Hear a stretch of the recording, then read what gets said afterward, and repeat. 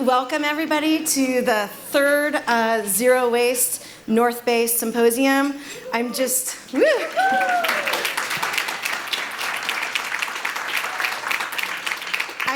overwhelmed by the support that we got this year. We actually had to close down our registration on our website because we were scared about capacity. We had 50 more people than we even expected. We have people all over the Bay Area, but also people came from Manteca, Castro Valley, Fairfield, all over the Bay Area, or all over California. So it's a pleasure that you're all here and that we can host you. So with that, I wanted to just get a sense of who's in the room today. So if you work in government, please raise your hand. Great, and if you're with the private sector, please raise your hand. And then if you're with a nonprofit, there you go. And if you're just a concerned citizen about climate change. Yeah, that should be everybody. I would like to ask elected officials who are here, if you don't mind standing up, please. What? Oh, media, I forgot the media. We do have press here. But if you are an elected official, please stand up. And if you wouldn't mind just going one by one, just saying who you are and what jurisdiction or city you represent, and I'll start on the back corner. Deb Fudge, Vice Mayor Chad Windsor, SMART board member, but also an alternate board member for Zero Waste Sonoma.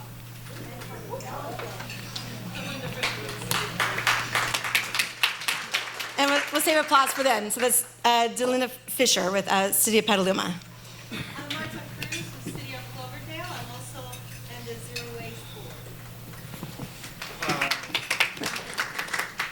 Logan Harvey, Vice Mayor, City of Sonoma, also a Director for Sonoma County Transit Authority and Regional Planning. My name is Renee Goddard. I'm the Vice Mayor of Fairfax, not Fairfield. And I'm a member of the local task force with the JPA for solid impact. Any other elected officials that I missed? No? Okay. Actually, I realized I forgot to introduce myself. I'm Leslie Lukash, and I'm the Executive Director of Zero Waste Sonoma, and I'm so proud to say that because the agency that I work for, we're a county department, and we used to be called the Solid Waste, what do we say?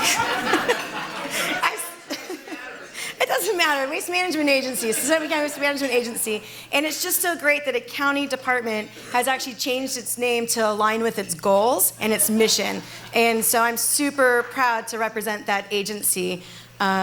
So yeah, great stuff. The next thing I want to do is just thank our sponsors. Really, we could not pull this event off without the sponsors. What you pay is, the price you pay to be here is low because of sponsorship. It covers so that everyone can be here. So I really want to thank Recology. They're our premier sponsor. So thank you to Recology. And I also want to recognize our next level sponsors, and that includes the agency I work for, Zero Waste Sonoma, Sonoma County Resource Recovery, Sonoma County Energy and Sustainable Development, World Centric, and Resynergy. So thank you to all of our sponsors. And in the slideshow, you'll see other sponsors here. It took many hands to make today possible, so it's a great achievement to get the support that we did. Lastly, I want to recognize the planning committee for this event. If you don't mind standing up, if you were involved in any of the planning today. So thank you.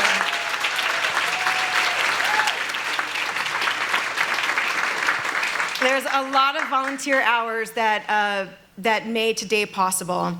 If you notice these nice art pieces, they are done by an artist called Maria. She's also here. These are all things that were picked out of that were going to go to the landfill. And she made these art pieces, so that was really special. She's going to present on that as well. for those of you from the county and outside of the county, I just wanted to let you know some of the amazing things that happened here in the last year. One is the county department changing its name to Zero Waste Sonoma, but there's other great things that are happening. We're really seeing a cultural shift in Sonoma County, so I just wanted to highlight some of them. One is Windsor, the town of Windsor has a community. The town of Windsor actually formed a working group called Wasteless Windsor, and they now green all the Thursday night concert series and at all of our stations. I say our because I'm a part of this group. I live in Windsor. But all of our recycling stations have a person to educate people how to compost, how to sort materials correctly. And then we also give away a cup called a Wasteless Windsor cup, where we worked out that everyone gets $1 off wine and beer if you bring a reusable cup. And so we have those on site. Sebastopol also has a working group. Sebastopol's in the house. And so they have a zero waste working group. They're working on many of their events. They're changing their event permit right now to make recycling and composting mandatory at all events. Sonoma also has a working group. They actually changed their events that no events in the plaza can serve single-use plastics, only reusable in Sonoma. Petaluma actually also has a zero waste working group, and the council member was the one who chairs the zero waste group for this, the city of Petaluma. So many great things are happening in this county, and it's nice to see. Just a couple housekeeping things.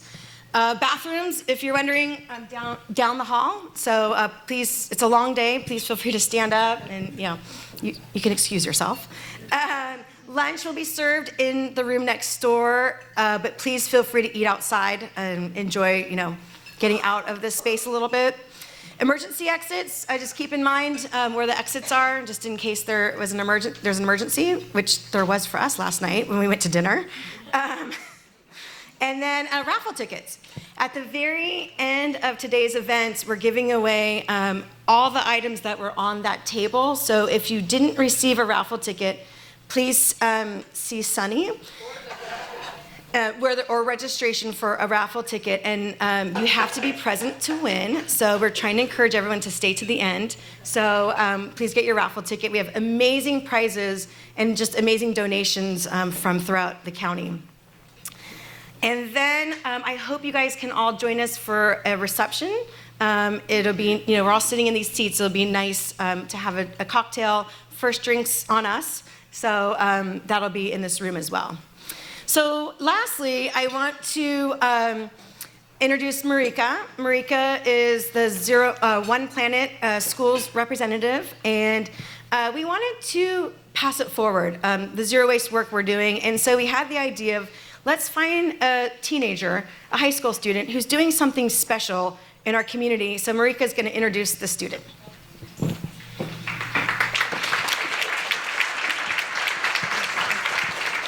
Thanks, Leslie. It's great to see so many people here today, all with huge smiles on their faces, ready to talk about trash. It's awesome. So every year we run the One Planet Youth Summit here at Somo Village at Credo High School. And while recruiting for that youth summit, I had the pleasure of visiting El Molino High School's green team, where Lily Keeneland was running her big team of students, and I was so impressed with how she led with enthusiasm and with so much energy and inspiration.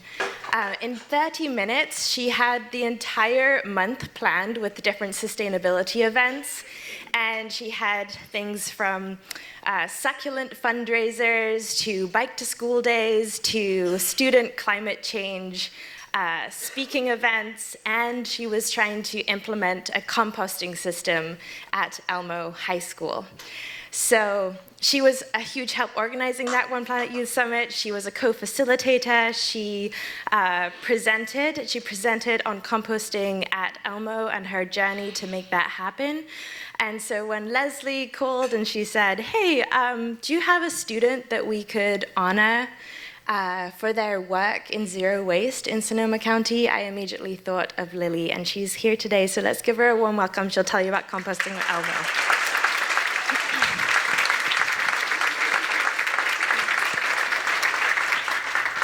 Hi, my name's Lily. I'm a senior at Elmo.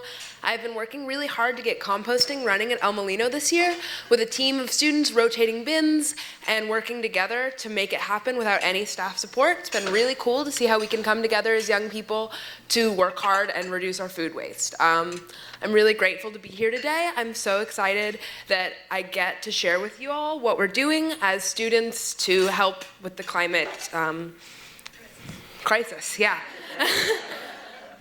So we've been working to implement bins all around school, which are going to go in on the first day of 2019. I'm so excited. We're going to have an awesome composting program, rotating bins, and using our compost in our own gardens to get some fresh food in our cafeteria. Yeah, thank you so much. So Lily, on behalf of the North Bay, of the organizers of this event, the North Bay Zero Waste Symposium, and everybody here, we would like to gift you $1,000 to thank you for your work and to help support continue it. Thanks, Lily. Congratulations. Thank you so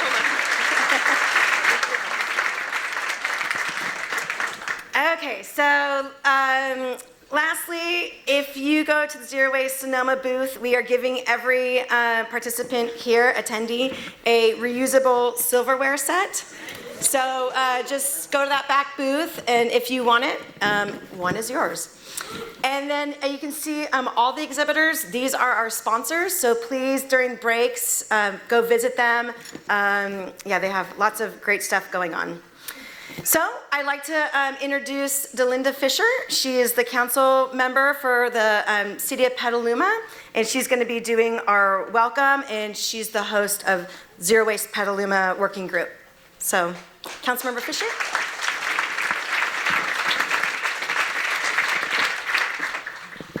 Good morning.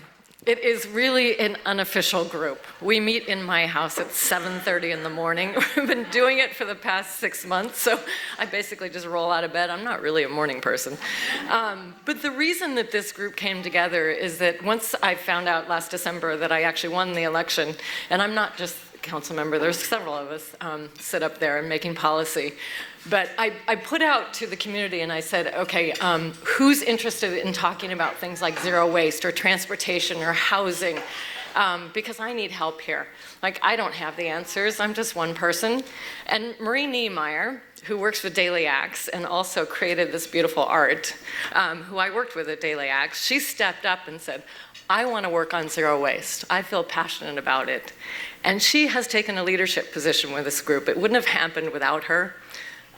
She convened us all, and most of the members of that group are in this room. Will Bax, Recology, Cecilia, and she's the reason I'm here, because she's gotten to know me at 7:30 in the morning. Lisa Moore, also from Recology. Naomi Crawford, who's with Lunchette, who's going to be talking with you today. Annie Stewart, who's not here, but usually takes copious notes for us. And the latest member is Leyland Fishman, who became a sponsor of this group this morning as well. So it's a nice, well-rounded group representing kind of all segments of the area. And I talked to Patrick Carter this morning, who's here from Petaluma, who's kind of new with our city. And we hope to become a more official group as of next month, so that we can have him join our meetings as well. Because that's how you move policy forward, right? You involve the city in the process. But I want to step back a moment. In the city of Petaluma, we actually have been doing some amazing things over the last few months. And we've done it because the community has stepped up. The community has showed up, they have organized, and they have insisted that we as policymakers take some significant action. And it started with Peggy Flynn, our new city manager, who started, I think, in April. And we waited to do a goal-setting session, which we do every 2 years after the election. And we do that as a council so we know which direction we're going in for the next 2 years. And so we waited to host that until she came on board. And when she did, amazing things started to happen. Our community showed up, they were listened to, they were welcomed, and we now have a list of 173 goals that we are going to try to achieve over the next 2 years, including banning polystyrene, looking at single-use plastics. I suggested we also abolish single-family zoning. We'll see where that goes. But you know, just amazing things that are on that list. And it happened because the morning of our goal-setting session, there was a rally that was held, right? So Climate Action Petaluma is a group of climate activists that got together and organized. And before we even started that goal-setting session at like 9 o'clock in the morning, they were out there at 8 o'clock in the morning rallying, saying, climate, climate, climate, it's an issue. And sustainability became the center of our goal setting. So every single goal that we have is centered around sustainability. And there's another group that got together with our council members and other members of the community and said, okay, it's time to take action on climate. And here's an emergency ordinance. And guess what? We passed it the first night when they presented it to us. And not only that, but that ordinance called for creating a climate commission. Actually, they wanted a climate cabinet, but we're used to commissions, so we did a commission. So we just passed that ordinance. I understand that starting next week, the applications will be accepted by our city clerk. It'll be made up of 1 council liaison, I'm vying for the job, and 6 community members. So applications will be open the end of next week if you live in Petaluma and you're interested being a part of that. It's a policy group, really to advise the city. And so we're hoping this ad hoc committee that we've put together becomes a committee of that policy group. So we can start moving forward on issues that are really important and all the things that we need to do around zero waste. Thank you for being here this morning. I really appreciate it. It's going to be a fun day. Thank you.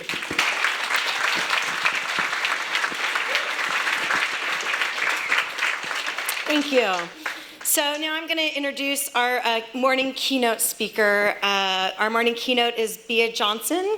So Bea Johnson, I think about 10 years ago, wrote a book, or started a zero waste lifestyle.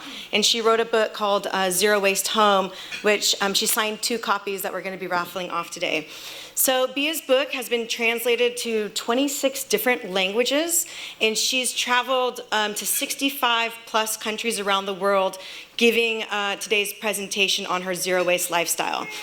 She's a local hero. She lives in Mill Valley, and Bea and I had the privilege to travel to Brazil together to share zero waste. I was sharing it on, what we're doing on zero waste in the USA and California, and she was talking about her zero waste lifestyle. So we got to know each other really well, and I've been trying to get her to be the keynote for every single symposium. So I'm so excited it finally worked out that she gets to share her story with all of you. So Bea?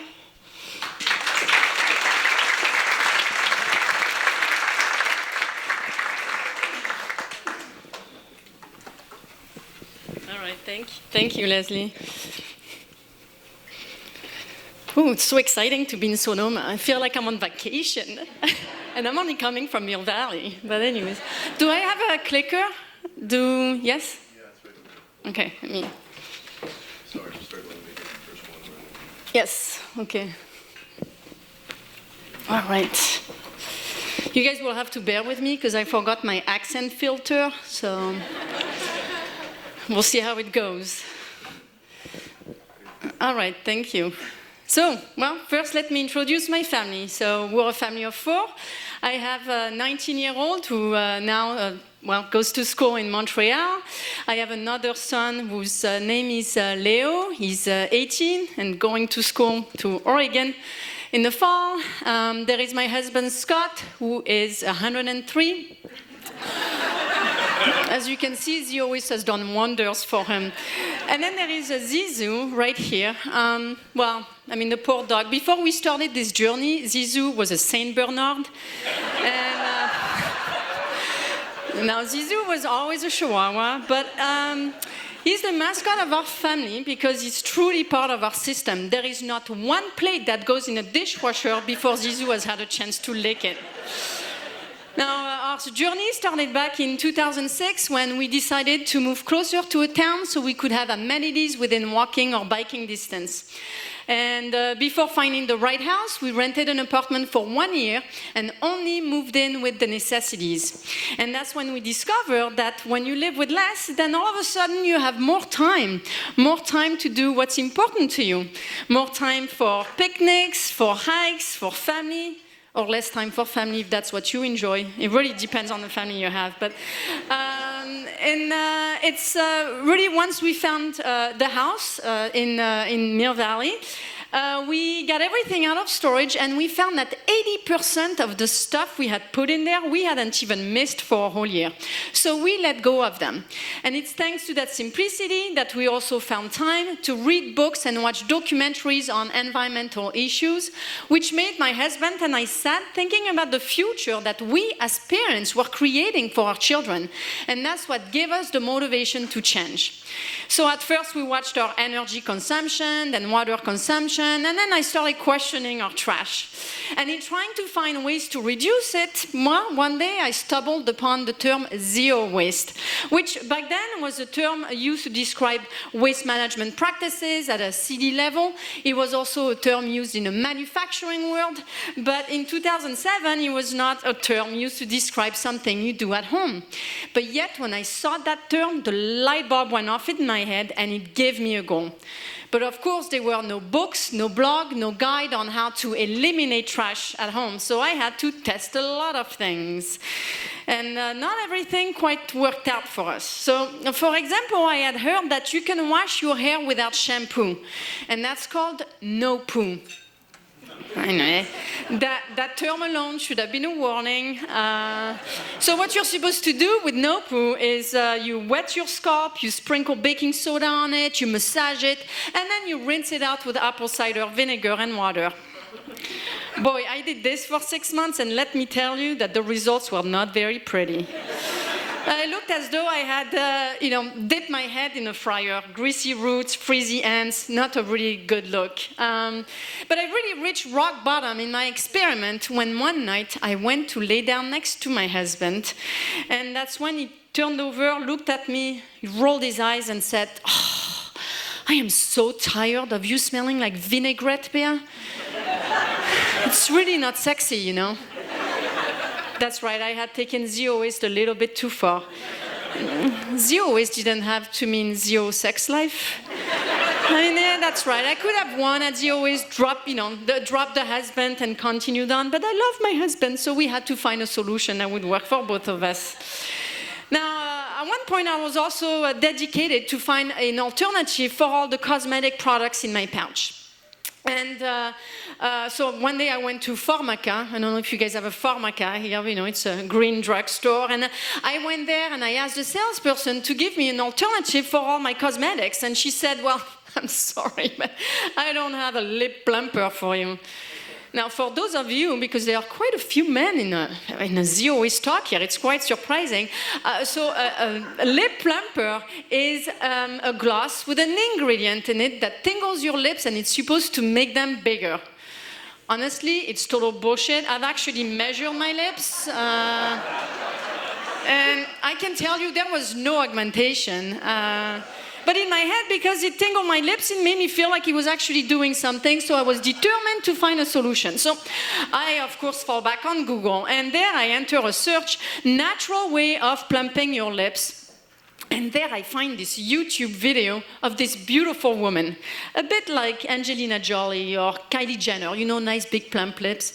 And she says, well, it's simple. All you need is stinging nettle. Didn't sound like the best plan, but hey, I was curious. And so she shows in the video how she removes the leaves from the twig and then she rolls it on her lips and she shows you a result that is quite amazing. And I thought, dang, how did I not think of that before? It's freaking genius. I'm a forager, so I put on some gloves, I went out to gather some stinging nettle, brought it home, and then proceeded to the instructions she gave in the video. And guess what? OMG, did it hurt? But also, it did not quite provide the results I was expecting. I don't know what kind of plant the woman was using in the video, but I can tell you it was not stinging nettle. But it's really at that point that it dawned on me that the only natural way of having plump lips is to be born with them. Forget about stinging nettle.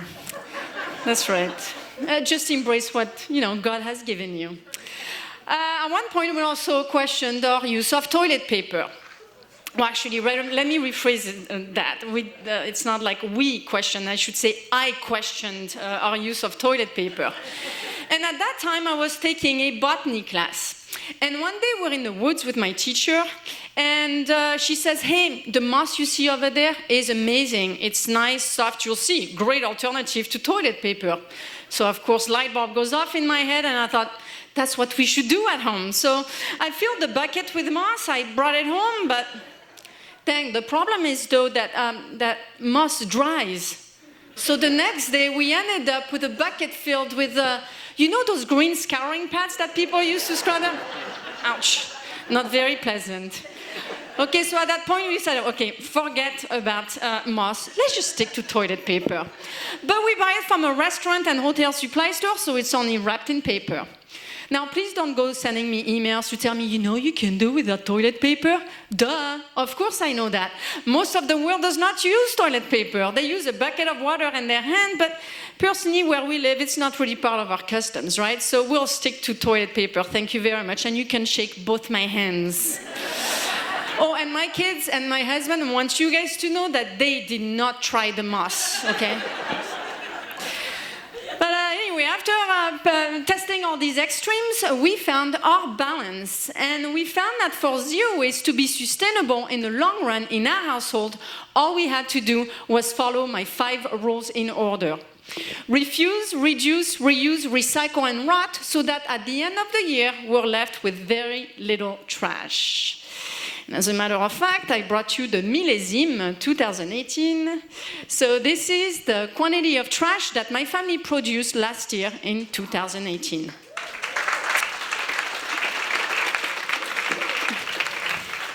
But of course, I know what some of you guys are thinking. Some of you guys are thinking, yeah, right. I personally think that she throws some of her trash in the neighbor's cans. Or maybe they throw some of their trash in the city cans. Or maybe they moved because they had a house filled with trash. Oh no, that's not the case. Hang with me here. You're going to understand very quickly how we do this. So the first rule of our zero waste lifestyle is to refuse. It's to refuse what we do not need. We've simply learned to say no. We've learned to say no to single-use plastics, but we've also learned to say no to promotional freebies or junk mail, because we've learned that every time we accept these things, we are creating a demand to make more. Every time we accept a free pen from a conference, it's a way for us to say, please drill more oil from the ground to create a replacement. And of course, a replacement will be created. And then once you bring these things into your home, not only does it clutter your space, but then also it becomes your trash problem down the line. So we've learned to say no to these things on the spot. And yes, we've been able to eliminate junk mail. Instructions are in my book. It is possible. We also say no to the meal on the plane, which obviously isn't difficult, given the quality they give you. We also say no to business cards. I repeat, we say no to business cards. I always have to repeat it because at the end of my talks, there is always someone trying to give me a business card. I'll give my contact info at the end of the presentation. Now, the second rule of a zero waste lifestyle is to reduce. That's to reduce what we do actually need. Of course, we all need a roof on our heads, a few pieces of clothing, a few pieces of furniture, but there is only so much that we need in order to be comfortable. Once we've reached that comfort level, then anything beyond it becomes excess. So in our home, we've gone through a decluttering process. The beauty of decluttering is that it allows us to put things, which are in themselves valuable resources, back onto the market to make it available to the community. And of course, it boosts the second-hand market, which is very important for the future of zero waste. So, the first thing I did in our house to simplify our life was to grab my husband's stuff and throw it out. It's much easier to declutter someone else's stuff than your own. I have a friend who decluttered her life by 50% with just one change. She got divorced. Never knew that could be so environmentally friendly. Oh. Now, in a more friendly kind of way, let me show you what we did. So this is our kitchen. Oh, I forgot to mention, we don't eat, so it's much easier to clean this way. Next to my stove in the past, I used to have a jar filled with accessories. I had about 10 utensils or 10 spoons until I realized that, wait, when I stir, I only use one hand, so what's the point of having 10 spoons? One is enough. So these are the only accessories we now have in our kitchen, and they each have a very specific function. And hey, if we need a fork, we can always go to the neighbors. Just kidding. This is a picture of underneath our sink. Now, this is a space that was filled before, filled with cleaning products, because I was listening to what the marketers tell us. Of course, marketers tell us that for each application, we need a different product. So to clean the bathrooms, floors, stainless, toilets and counters and grouts, we need different products. But we found that it's not true, that to clean the whole house, all we need is just white vinegar and water, which we use in a mix in a spray bottle. And we also use Castile soap, which we buy in bulk. We use it to wash our hands, wash the dishes, wash the floor. Heck, we even use it to wash the dog. I told you Zizou was a Zero Waste dog. Now this is our bedroom, and as you can see, we don't have much in our bedroom. But hey, we do have in our bedroom what we need to do, what we do in our bedroom. Well, good, a few people get that. And this is our closet. Just kidding, guys, come on. This is our closet. Now, this is a space that my husband and I share. We've learned that in a typical closet, people only use 20% of their clothes because they keep the other 80% for the what if. What if I have a job interview? What if I have a wedding to go to? What if that purple suit comes back into fashion? What if I lose 30 pounds and can fit into that purple suit again? Oh, and not to mention that drawer filled with single socks, holding on to the hope that one day the matching ones will reappear. Oh, what if, what if, what if? In our case, we figured out what our 20% were, and we've let go of the other 80%. So in my case, I have 2 skirts, 3 pairs of pants, 2 dresses, 8 tops. I know what you guys are doing. I can see your eyes. You're going, wait, what? Yes, that's right. Today she's wearing this one and this one. She's not even lying to us. But having less does not mean that I have less options, because I have found that my wardrobe of 15 pieces allows me to create more than 50 looks. I could show you how, but this would be another 2-hour talk, so let's move on. Now, this is my youngest son's bedroom, and across from his bed is his desk/closet. So this is everything he owns. Of course, he's as minimalist as the rest of the family. He owns 3 pairs of pants, 2 pairs of shorts, which are hybrid, so he can wear them as Bermuda shorts. He can wear them to go biking or swimming. Just kidding, we're Europeans. We don't wear bathing suits. We wear Speedos.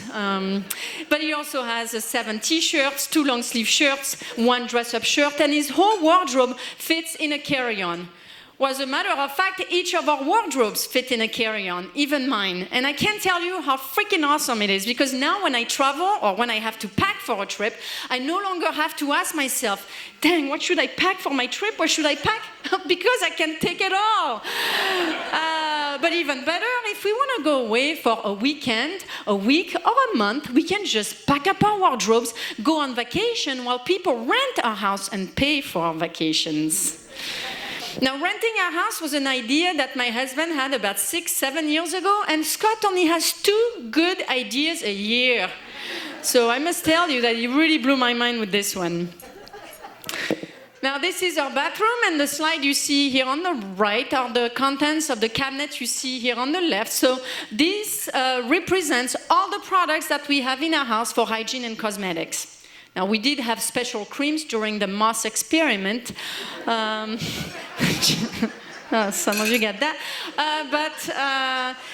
Just kidding. But let me show you, or go in detail about a bit more what we use. So the only product that I buy manufactured is an SPF tinted moisturizer. It's local, it's organic, packaged in glass. And since I took that picture, I asked the manufacturer to only sell it to me without the label and without the pump. On my skin at night, I use vegetable oil. It's just sunflower oil that I buy in bulk. If I have blush on my cheeks, or if I put any color on my eyelids or on my eyebrows, I just use chocolate powder. It's just cacao powder that I buy in bulk from Whole Foods. And I mean, it cost me 72 cents to fill the little jar. It's obvious that if I was buying some kind of cheap color from Sephora, it would cost me way more than 72 cents. I have a student who said, "Wow, that's a little tough alternative. I mean, you get to put chocolate on your face, but you don't get to eat it." It's a tough one for chocoholics. But anyway, the black you see on my eyes is burnt almonds, or also sometimes I use activated charcoal that I buy unpackaged, and I apply it with a Moroccan coal applicator. That's the way they apply coal in the Middle East or India. The mascara, that's the recipe I am most proud of in my book, because I can tell you it took a lot of efforts to figure out a recipe that worked for me and that would actually stick. I went out to dinner once with some girlfriends. I was testing a recipe and I came home to find that I had black down to here. Holy cow, you'd think my girlfriends would tell me. No, so they're not my girlfriends anymore. I also make a multi-purpose balm. It's just beeswax and vegetable oil. I use it to smooth out my hair, to add shine to my cheeks, my lips, or nails. And it's just, again, vegetable oil and beeswax. And the beeswax is much, much more efficient at attracting bees to my lips to plump them.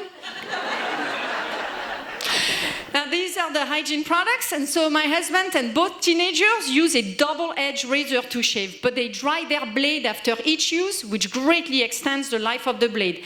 They only need to swap it out once every 6 months. To wash our hair, our faces, our bodies, but also in lieu of shaving cream, we use just 1 bar of soap. It's not a special bar of soap, it's just a generic type bar of soap that we buy from the health food store. It's called Good Soap. I'm sure the naming for the product didn't take very long. But it's great. It's one product that has eliminated 4 others. My husband likes his hair a bit spiky in the front, so I make him a hairspray. I've tried a lot of recipes out there, and one of them had him look like, you know, Mary in Something About Mary. Stunk. This one is much better. It's just lemon peels that I would have used for cooking, to which I add water. I let it reduce, I filter it, and then it's magic, but that lemon water actually sticks to the hair. Now for deodorant, we use an alum stone, and we've been using the same stone since 2008. So you can imagine how many tubes of deodorant we've been able to eliminate with this. To brush our teeth, we buy baking soda in bulk, and we sprinkle it on a wooden toothbrush, which is compostable, but not the bristles. So we pry them out, we throw them in the jar, and we can just compost the handle. There. Yes, video, thank you. Yes. All right, so for floss, we use a square of silk from which we remove 2 strands, and once we twist them, and then once we used it, we can just add it to the compost. Would you please, you don't need to film, my presentation is online. I've come, all the way from Mill Valley to come here. I want you to enjoy the moment, not your electronics. You can enjoy your electronics later. Thank you. This is our linen closet, and we have 4 towels always hung in the bathroom, and 4 extras if we go to the pool, the beach, or if we have friends coming over. This is our garage, and yeah, did you hear that? There is always a reaction when I show my garage. Why? Your garage doesn't look like this? Okay, ours didn't either in the past. I must say that we had a lot of sporting equipment, because my husband, as macho as he is, he truly believed that it was the quantity of sporting equipment that makes the man. the more sporting equipment he had, the more manly he would be. Until I pointed out to him that the golf clubs in the corner of the garage, he had only used once in the 20 years that we had known each other. And when you think about how expensive real estate is in California, it really doesn't make sense that this thing here is taking so much space. It's $1,000 a square foot in Mill Valley. So the beauty of decluttering is that once he let them go, well, a real golfer was able to use those golf clubs. Oh, and even better, his wife can look at those golf clubs in her garage.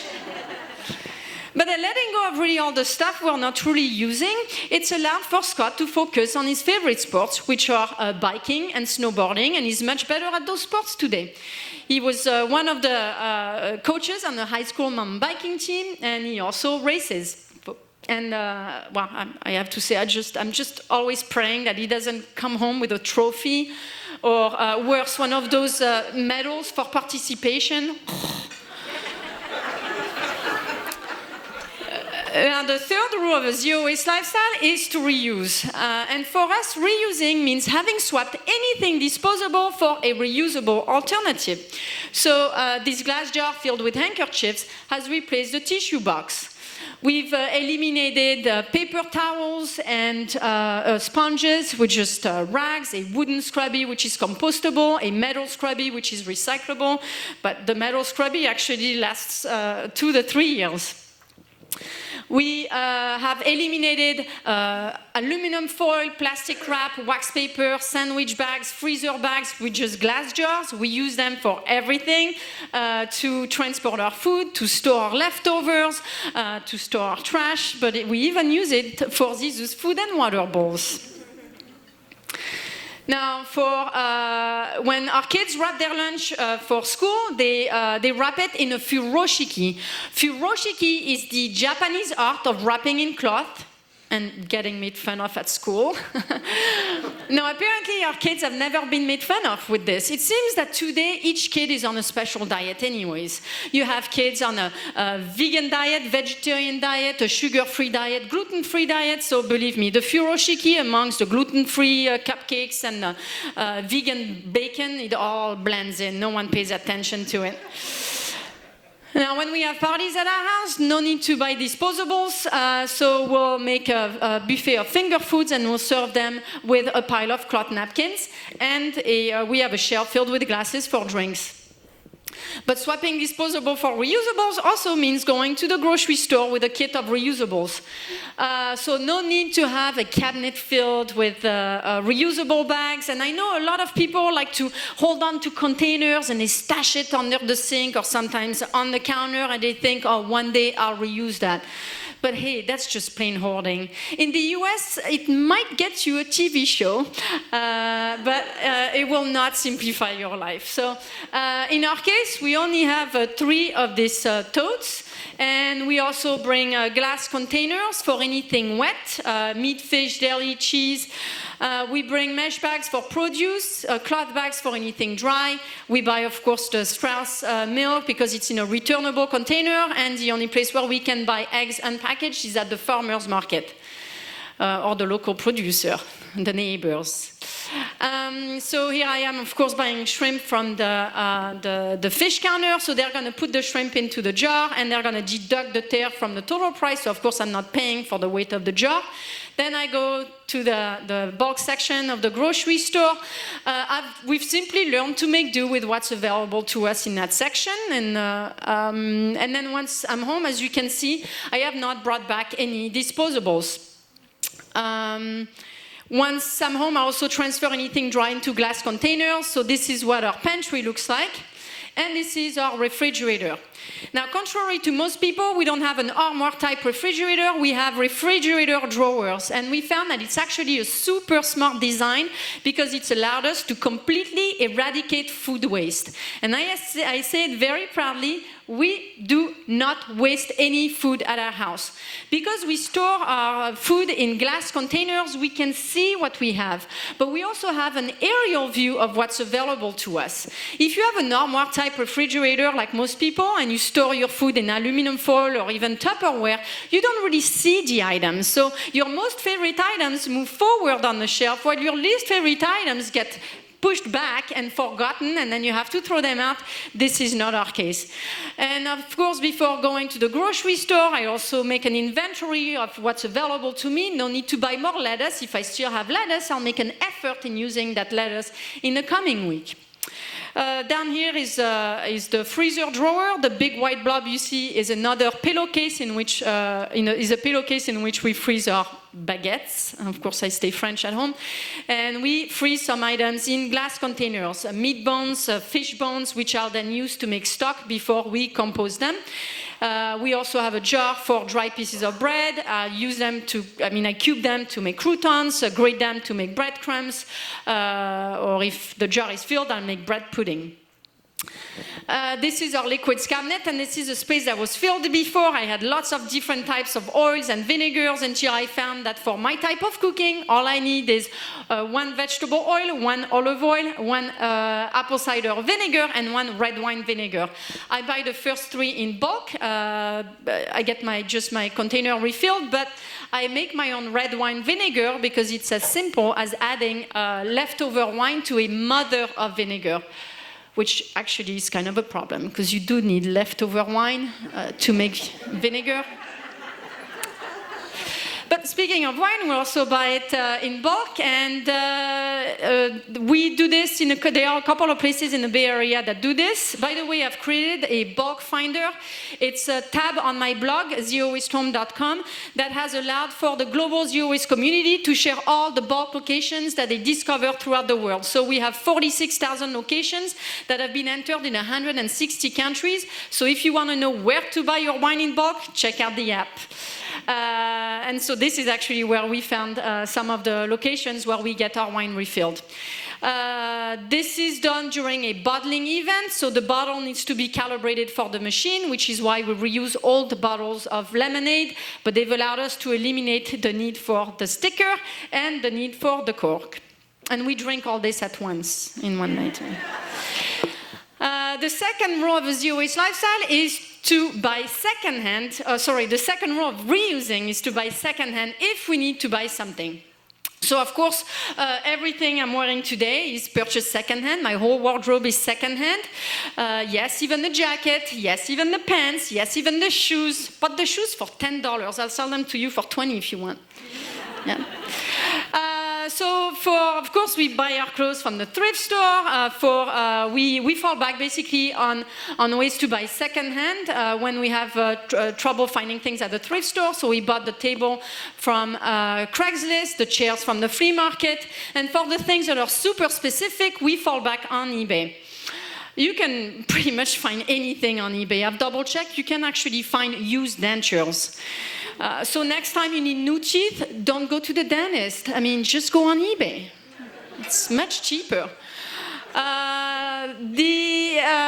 But when we do buy on eBay, or when we're shopping on eBay, we make sure to select in the left-hand column, secondhand, so our whole selection is secondhand.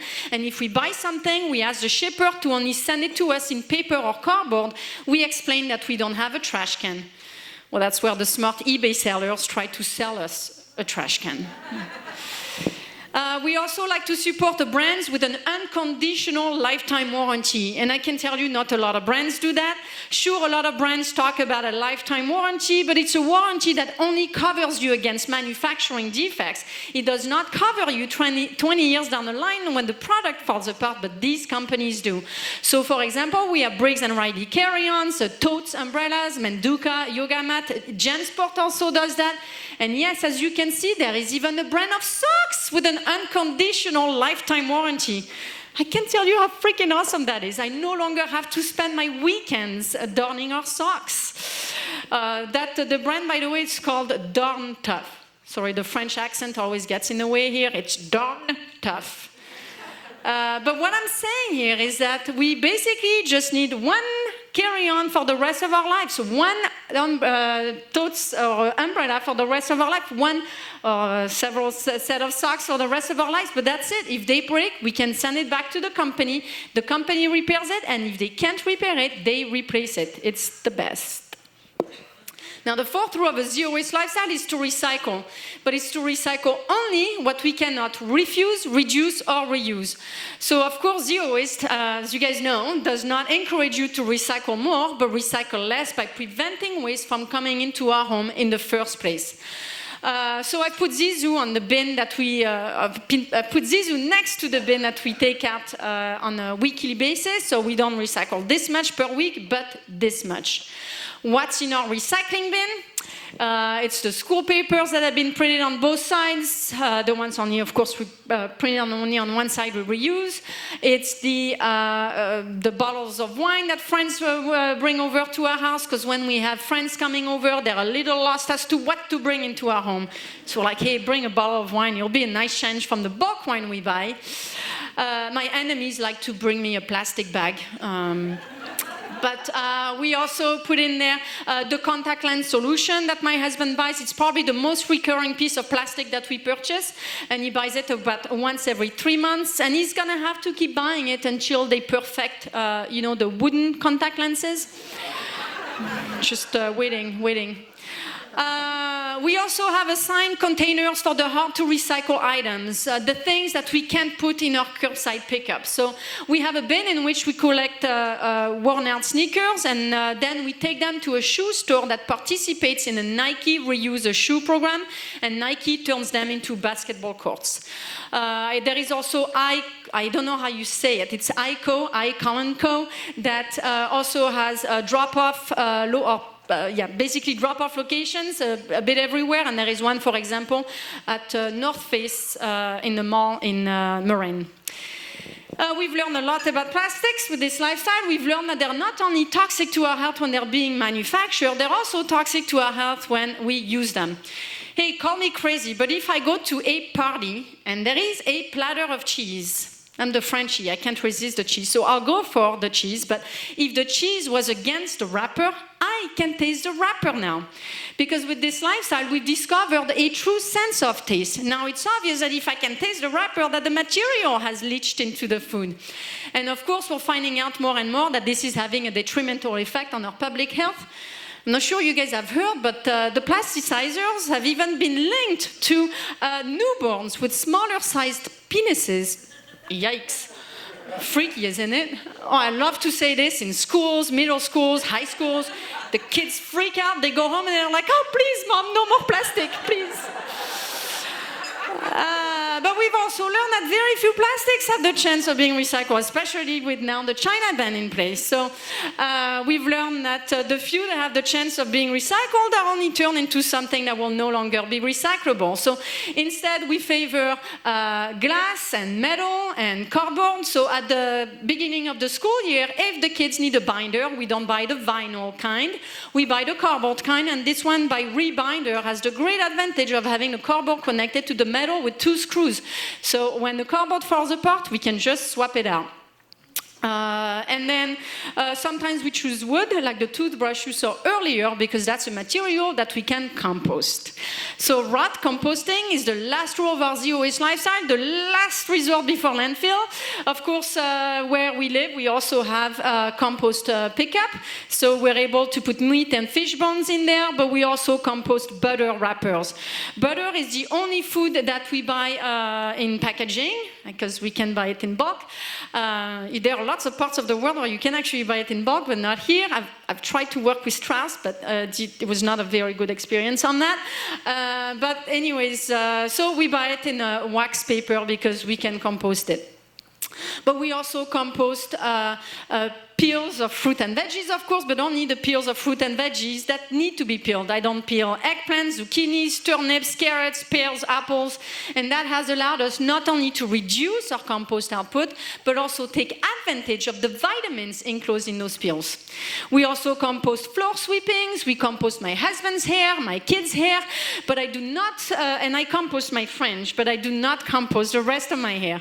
I recycle my hair, so I let it grow down to here, then make a ponytail, cut it, and send it to an organization that makes wigs for cancer patients. And there is lots of different organizations out there. I've done this about 3-4 times, and every time I pick a different company. I'm a real wig-making machine. Now, not so long ago, about 10 years ago when we started, if I had heard about Zero Waste Family, I would have thought to myself, oh boy, these people must be total hippies. I'm sure they live in the woods. I would have thought, well, this must be a stay-at-home mom with way too much time on her hands. She probably spent her days worrying about how much trash she makes and making a bunch of products, which is not the case either.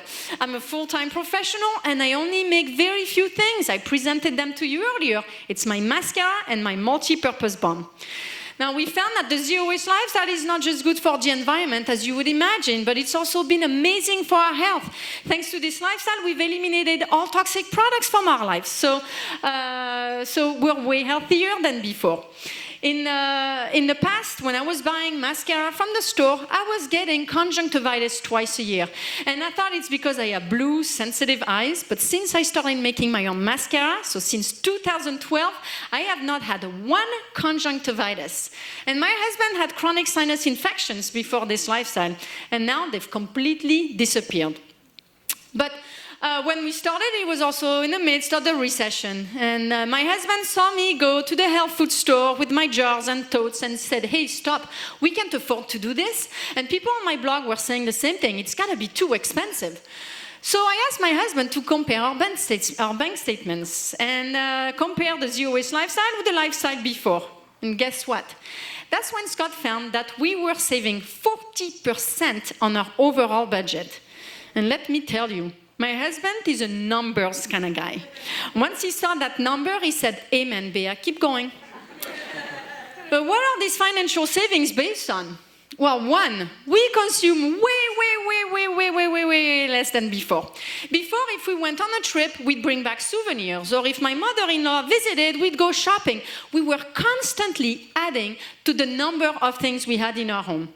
Today, we're happy with our inventory. We're no longer adding to it. If we buy something, it's only to replace what needs to be replaced. And when we buy that replacement, we buy it secondhand, which obviously costs less. But we also buy our food unpackaged. When you buy something that is packaged, 15% of the price or more covers the cost of the packaging. So when you buy unpackaged, you make automatic savings. But we've also replaced anything disposable for a reusable alternative. So that means that we're no longer throwing our money away. Buying something single-use means you buy it, use it, throw it out. Hey, it's literally throwing your money away. We've stopped all that. And that has translated into huge cumulative savings over time. These savings are such that they've allowed us to install solar panels on our roof and a gray water system which reuses the water from the showers and the washes to irrigate our plants. So it's a gift that keeps on giving. But to me, the best advantage of this lifestyle is the simple life. Of course, voluntary simplicity is not going to complicate your life. It simplifies your life. It makes room in your life for what matters most to you. It's thanks to this lifestyle that we've discovered a life based on experiences instead of things. We've discovered a life based on being instead of having. And it's thanks to the zero waste lifestyle that we've been able to afford activities, moments together that we would have never thought possible before. We've gone hiking in the swamps of Lithuania. It's a small country in Europe. Not a lot of people know it, but hey, look how happy I am. It's my husband's favorite picture, because you know what they say, happy wife, happy life. We've also gone ice climbing, and my son was 13 at that time. I can't tell you how proud he is of that picture. Of course, none of his friends have done that. We've also gone snorkeling with humpback whales, but my favorite picture is this one, because if you have a teenager at home, you know it's not easy to put a smile on their faces. But that's what Zero Waste has done for us. It's translated into absolute happiness. And Gandhi said, happiness is when what you think, what you say, and what you do are in harmony. I believe Zero Waste has done exactly that for us. But when we got started and first exposed our lifestyle to mainstream, the first time was through an article in the New York Times in 2010, we got hammered with criticism. People laughed at us and they said, oh, what you do doesn't matter. You're just one family. You won't change anything. We've proven them wrong. The book, which is now translated in 26 languages, the talks I've given throughout the world, but also the attention we've received from global media, has allowed us to launch a global zero waste lifestyle movement. And there are thousands and thousands and thousands of people doing this throughout the world now. And some of them have adapted it to their or launched organizations, like this woman, Zero Waste Switzerland, or this one, Zero Waste Namibia, Zero Waste Malaysia. Some people have adapted it to their businesses, so like Mari, who opened the first unpackaged store in Germany, or this group of people who also opened an unpackaged store, but they wanted it to be as close to my book as possible, so to make it as plastic-free as possible. So Carlos, on the right here, came up with his own design of dispensers made out of glass, wood, and metal. It's called Glass Bin. There is this couple that opened an unpackaged store in Switzerland, and in 1 year became a franchise with 9 locations throughout Switzerland. There is this couple that opened an unpackaged store in Montreal, and I found that the talks and the attention I got over there from the media inspired the opening of 8 unpackaged stores. That's 8 unpackaged stores in one city alone. There is Anne, who, like some other women, have decided to open mobile bulk shops. I think it's absolutely gorgeous. It looks like a tiny house. Don't you want to move in there? And there are large corporations or large chains like Jason, who I don't know if no, I don't have time. Okay, I was going to, it's a really nice little story. But after one of my social media posts, Jason here was inspired to accept reusable containers in the 270 stores that they have throughout Canada. There is some people who decided to launch a line of reusables, like Jean, with the dispensers to go with them.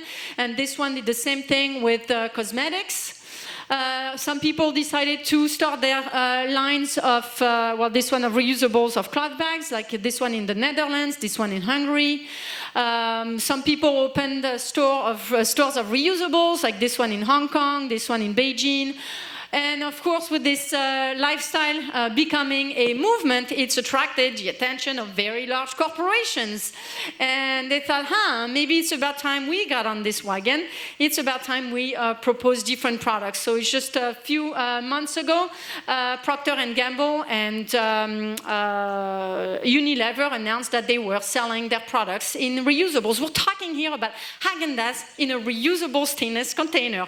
I mean, I would have never thought, of course, 10 years ago when we started this, that what we were doing at home one day would lead to this. I would have never thought that I would be able to see this in my lifetime. So it's really, really exciting. But the people I just mentioned and my family have one thing in common. And do you know what that is? Well, it's simply the regret of not having started earlier. So I would encourage you guys to think about this. I mean, what do you have to lose on adopting a zero-waste lifestyle? In adapting basically what you're doing in your own organization or on a policy level into your own home. Who knows what it will do for you? In any case, it's done wonders for us. Thank you. Thank you. I went over 4 minutes. Thank you so much, Bia. She's amazing, so thank you so much. Actually, Bia, do we have time for one question? Yes. Okay. A question, anybody? All right. Logan? Oh. Your kids, do they not do sports and other activities and get stuff involved? So our kids, well, part of having a zero-waste lifestyle and living simply is also, as a parent, to us, it was very important to in a way, encourage our kids to really pick their activities and to just have 1 or 2 activities and not a million, like I know a lot of people like to do, especially where we live. They like to book people's kids or people's schedules with a ton of activities, and of course, the more activities you have, the more stuff you need in order to, to do those activities. So in the case of our kids, they picked the high school mountain biking team for the sporting equipment. We actually, when they started on the team, it seemed crazy to me, especially because they started when we were like struggling financially. It didn't make sense to me that kids every year had to buy a new jersey, and then the kids leave the high school, and then what do they do with the jerseys? Where are they going? It's like when kids graduate from high school, their high school is forcing kids to buy the gown the gown is being used for what, like an hour, 2 hours, and then they're like, where does it go? It doesn't make any sense. And even with the high school, I told them, I am not buying that gown. We did not buy the gown, and yet they still provided a gown to my kids, even though we didn't buy one. It's not like they were going to go to their graduation without a gown. Of course, I was able to find one used with the hat with no paint on it, because they paint the top or whatever. But still, the school is not doing it. It's really a shame. And so for biking, we got in place a reuse rotation kind of system where there is now a bin for used biking equipment. So if kids need it and they're okay wearing a secondhand, then they can go straight to that bin.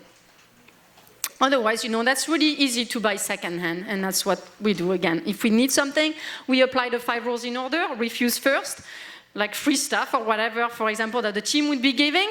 Number 2 is reduce, asking ourselves, okay, how many jerseys do I really need per week? And then it's reuse. Let's see how I can get that item secondhand that I need. Yes? Gifts, that's a big thing in my house. People want to buy us gifts or send my daughter gifts, and that is like huge waste stream. So it's when you adopt a zero waste lifestyle, you have to own it and not be afraid of using that term. I've decided to adopt zero waste-free living, and that means that I no longer accept the gift of stuff. I now accept the gift of experiences. And of course, don't announce that to your family on the 24th of December. It's better to, in the US, you have to start now. In other parts of the world, you might do it, I don't know, beginning of December, but now it's like people are already buying for you, so you better tell them now. But it's very important to let your friends and family know that this is what you're doing, and give them examples on the types of experiential gifts that you would like. So the first experiential gift that my kids got from their grandmother, it was a gift certificate to the local ice cream shop, and it took them 6 months to use it up. They were like, wow, this is awesome, it lasts a long time. But it's also the fact that it gave them a certain independence to be able to go down the block on their own to go get an ice cream for the, from the store, and maybe meet their friends there. It's just, it is a completely different gift. And once you start giving the gift of experiences, then it will inspire others to do the same. And it's also very important to give a gift that you would like to receive. If you give stuff, you have to expect to receive stuff. So if you want gift of experiences, also give the gift of experience. All right, Logan, and last question. So when I've wanted to kind of pursue the bulk section thing, but my question is, so when you have, there's the bulk aisle where they have the flour and everything like that, do you go to the register first and pre-weigh the item, and then go back and put it in and then go back? That doesn't sound simple. Yeah. It doesn't fit my simple lifestyle. So what I've made all my cloth bags. And the first time I went, I've made 2 sizes, one large, one smaller. And actually, my cloth bags are also, I've basically sized them to fit the jars that we have at home. So that if when the cloth bag is filled, I know that it's gonna, which jar it's gonna fill. We have a rotation food system also going on at home that I describe in the book to also, it's part of our, our system to eliminate food waste. But anyway, so I made mine from old sheets, and the first time I went to the store with them, I had them weigh it, and then I printed it actually on my cloth bag. Now, a lot of the cloth bags that you can purchase from the health food store actually have a label inside. I don't know why it's inside, it doesn't make sense. So please turn your cloth bag inside out so that at least the label shows, or print it big in the front, because that's the most important thing besides the item number. And then I use a crayon to write the item number onto the item. So once you have the weight, then you're fine. And that's the same for the jars. Let's say I buy grated cheese from the salad bar, because at Whole Foods, for example, you can have olives from the olive bar, but you also have grated cheese, grated Parmesan, and blue cheese. In that case, we only use one type of jar to take to the store anyways, so we know what it weighs. It's 1.72, and so then we fill it, and when we show up at the counter, we're like, it's salad bar, and we write it on. So I have a crayon that writes on cloth and on glass. I've tested 20 different types of crayons and find the one that works, and it washes off. But that's what we write, the item number, or salad bar, whatever, but we write the terre on there. You only need to do that once, the first time you use it. Great. Thank you so much, Bia.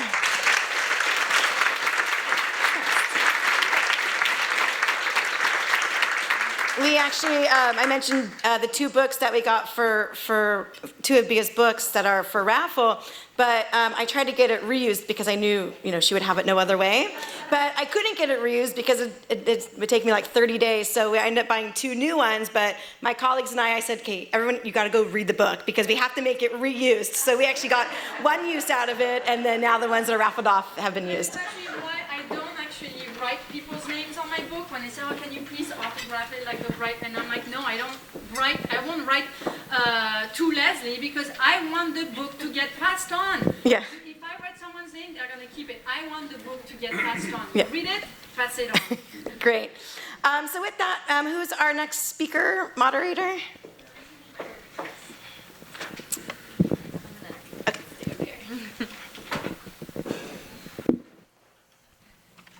I just want to start by saying I'm a huge fan, Bea. And I totally have a book that I was going to ask you to sign, but I'm just going to keep this experience with that book and just remember it and pass it on.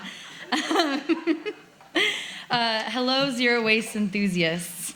I just want to start by thanking you all for taking the time to be here and open your minds to the ideas around zero waste. My name is Marini Meyer, and I work as the Development and Communications Coordinator for an amazing local environmental educational nonprofit called Daily Acts. Our mission is to inspire communities to create a sustainable future. And when I'm not helping bring about local movements of transformation, I love creating trash art. This piece in front of you was created in collaboration with the Recology Zero Waste team and members from the Daily Acts crew. We worked together, cross-pollinated, and discovered new varietals such as Trashius oweus. With its beautiful purple petals, it has a mild odor that always seems to stick around no matter what. Or perhaps the Novivum literiata that needs an environment of constant convenience in order to thrive. Or my favorite, the majestic Crapus globosa, a rare breed that only lives in climates of mass consumption. The flowers were created from a place known as Reject Mountain.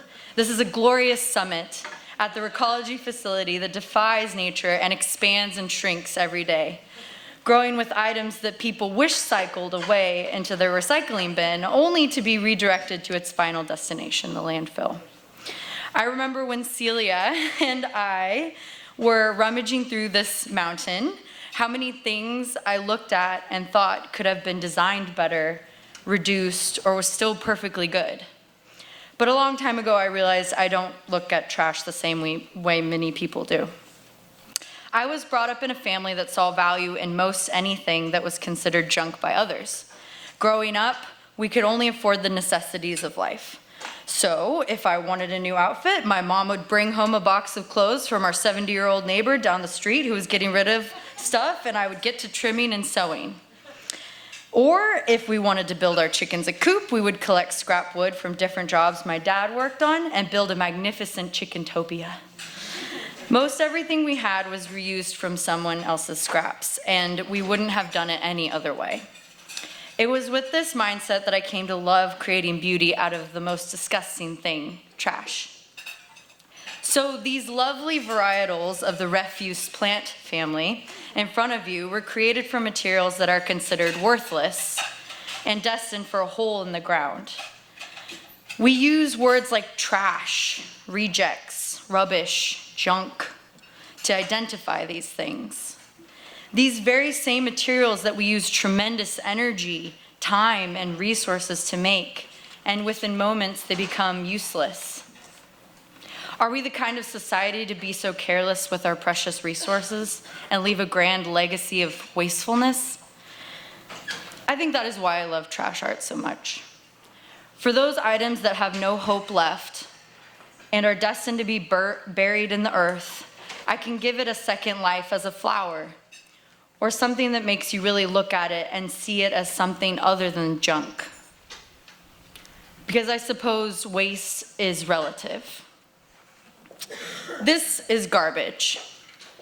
But because it is artistically sculpted and makes a statement and is literally front and center on the stage, it is useful and it has a purpose. But if it had not been picked on that faithful day, it would have remained trash. So I challenge us all to give true value to materials so they aren't wasted. And above all else, reimagine and redesign when making choices in our lives in order to create a future where waste doesn't exist. Then we will use our resources for the highest and best use, rather than banish them to Reject Mountain. And speaking of reimagining and redesigning, I would like to introduce our next speakers who are working to rethink the way this region does waste. These two individuals will help us dive into the current state of zero waste affairs in the North Bay. I'd like to introduce Zinsi Tan, the Organics Program Manager with Zero Waste Sonoma, as well as Celia Ferber, the Waste Zero Manager with Recology Sonoma Marin.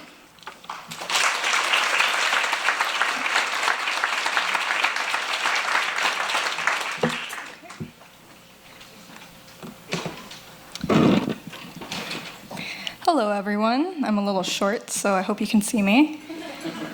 Okay. So, my name is Zinsi Tan. I'm the Organics Program Manager at Zero Waste Sonoma, which, as you heard Leslie speak earlier today, we are a county agency and we are a joint powers authority representing 10 jurisdictions in Sonoma County. So today, my presentation is just going to be about what we've been doing in the past year, our successes, and our future directions.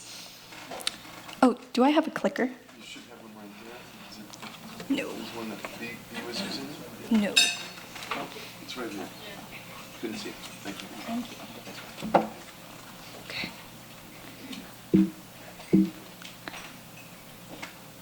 That's, It's the blank button.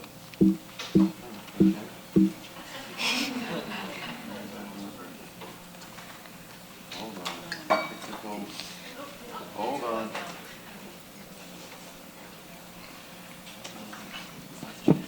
So I'm just going to start speaking while he figures that out. So my first slide was going to be about our zero waste resolution here in Sonoma County.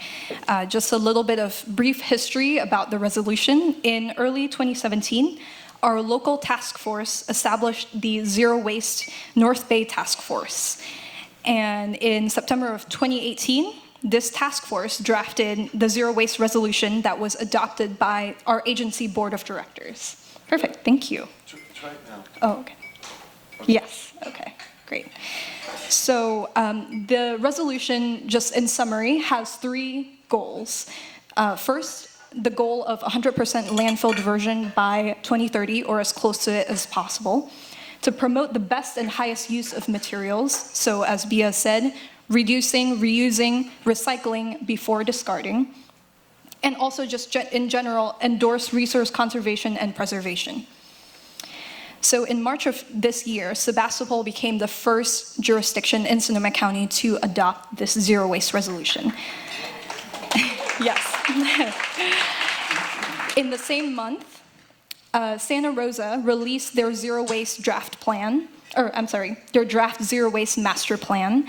And this was mainly put together by Joey Henowitz back there. And he presented on it at last year's symposium. So if you have questions about it, please go talk to him later.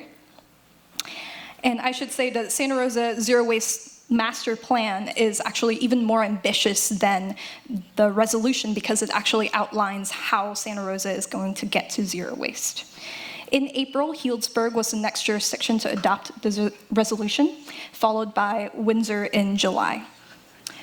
So in August, the Zero Waste Task Force is planning to present more zero waste initiatives to the agency board, and we're gonna continue moving Sonoma County towards zero waste.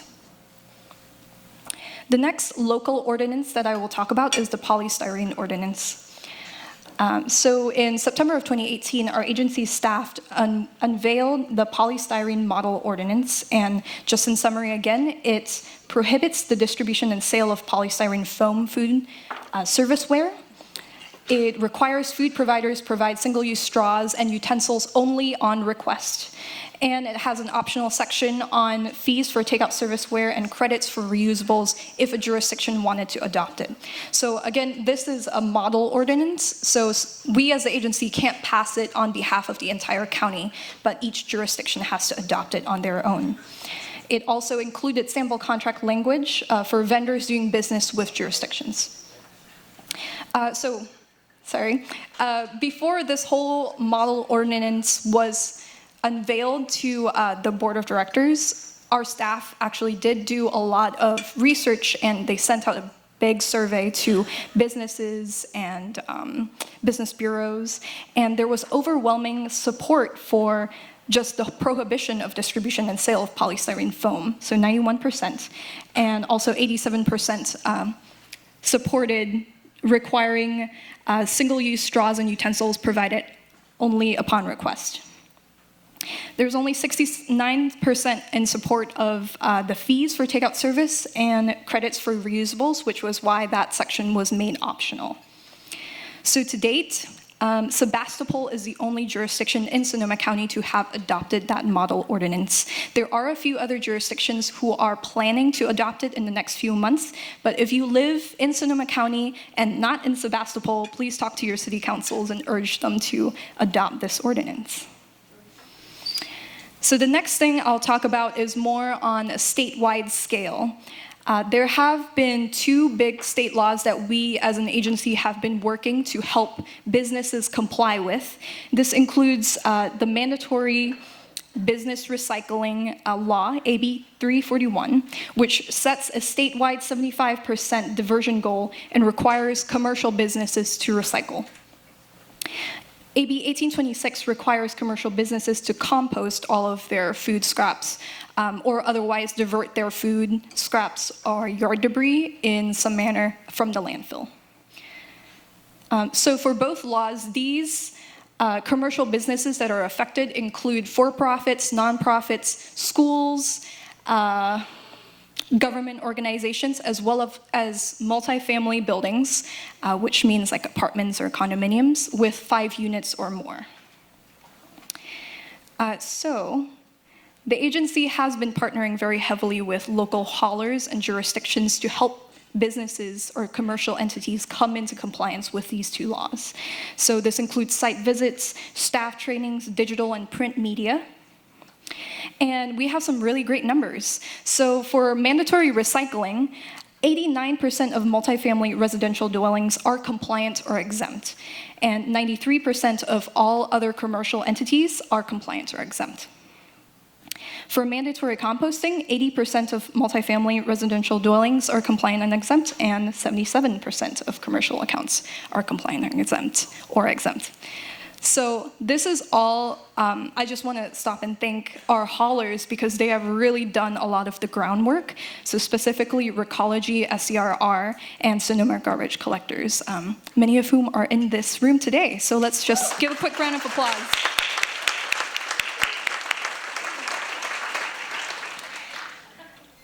The last piece of legislation that I will talk about really briefly is SB 1383. This is probably something that most of you are familiar with. And actually, if you stay until the evening or the afternoon, we do have a speaker from CalRecycle who will be talking more about this legislation. So I'll just give a brief summary. And so 50%. So this law has several goals, and that includes 50% reduction of organic material going into landfill by 2020. That increases to 75% by 2025. And this law also includes a goal of 20% of edible food that's currently going into the landfill has to be recovered for human consumption by 2025. By the way, We have a speaker later today, Mimi Enright, who will be talking more about what Sonoma County is going to be doing in terms of food recovery and how we're going to tackle that goal. So in the past year, CalRecycle, which is the state authority on all things solid waste, they have gone through a very rigorous rulemaking process, and they released several iterations of the regulations on 1383, including fines and a timeline. And so we here in Sonoma County have created a regional group that submitted 2 comment letters to CalRecycle in the past year. We are currently forming a working group composed of many of the same people to continue collaboration with representatives from the jurisdictions, county agencies, haulers, composters, and food recovery organizations. So we're gonna make sure that we're collaborating so that we can achieve these goals by the deadlines in the next few years. So a few other updates. We are still working on trying to build a proposed compost facility in Sonoma County, and so negotiations for that are ongoing. I do want to just mention that we have Terry Taylor is going to be presenting specifically on whether compostable products should or should not be included in the feedstock for this new compost facility later in the day, so make sure to catch that. We are still looking for a new location for potentially a new HHW facility, HHW standing for Household Hazardous Waste. And if you want more information about that, please talk to my colleague, Courtney, back there. Plastic bag ban enforcement has still been ongoing. There's some issues with enforcement, and so we're still working on that, but it is current.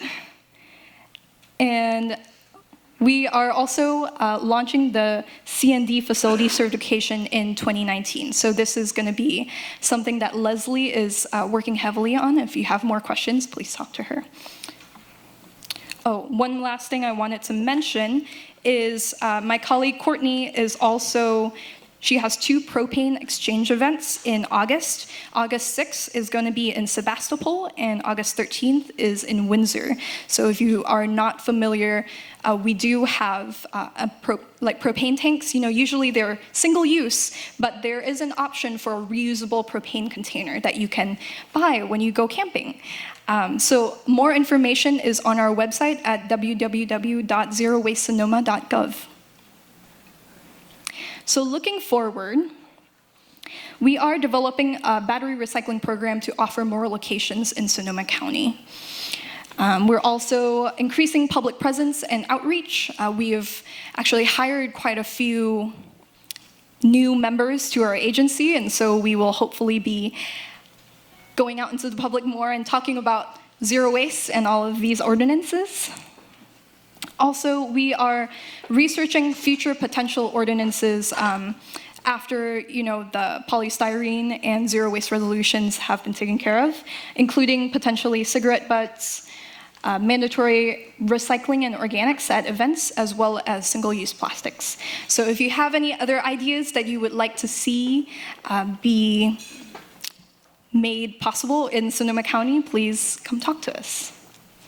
Thank you very much.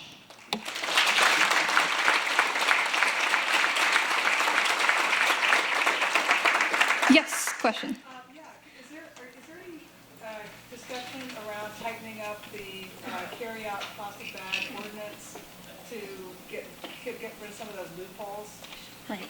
Yeah, so the question was about the carry-out bag ordinance and if there was any work to be done about tightening those loopholes or getting rid of the loopholes. So as some of you may know, it has been a bit of a problem in enforcing the plastic bag ordinance because there's a section about reusable bags, and it says, plastic bags will be considered reusable if it's a certain thickness. And so this is how a lot of grocery stores have kind of circumvented the ordinance. So we're trying to see if we can tighten enforcement on that. And we're actually looking to hire a new person who will, that will be part of their responsibility, is going around and making sure that people are actually following that. Yeah. Yes. here first, yeah. Related to that, recently I was at my store and I didn't have my bags with me. And so I opted for a paper bag. I was not charged. Is there a way that we can, they're apparently, this store is apparently just giving you a bag. And my understanding is there is supposed to be a charge. What do we do with that information? Yes, that's a great question. So we have actually talked about that because, oh, I'm sorry, yes.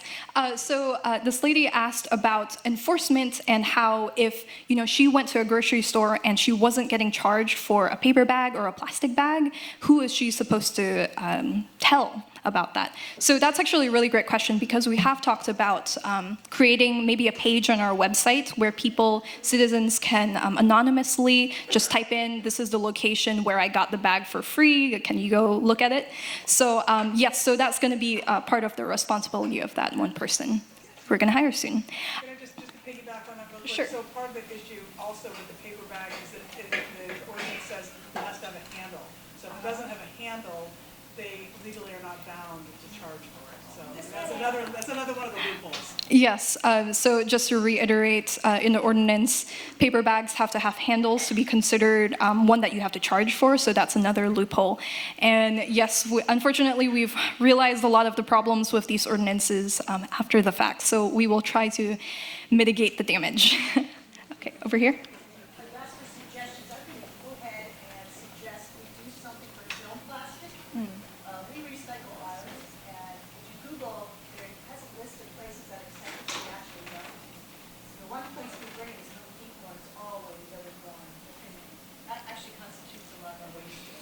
I see. Yes. Yes, unfortunately, film plastic, sorry to repeat what she said, a big problem is with film plastic recycling, and she said maybe we can find a solution with film plastic recycling.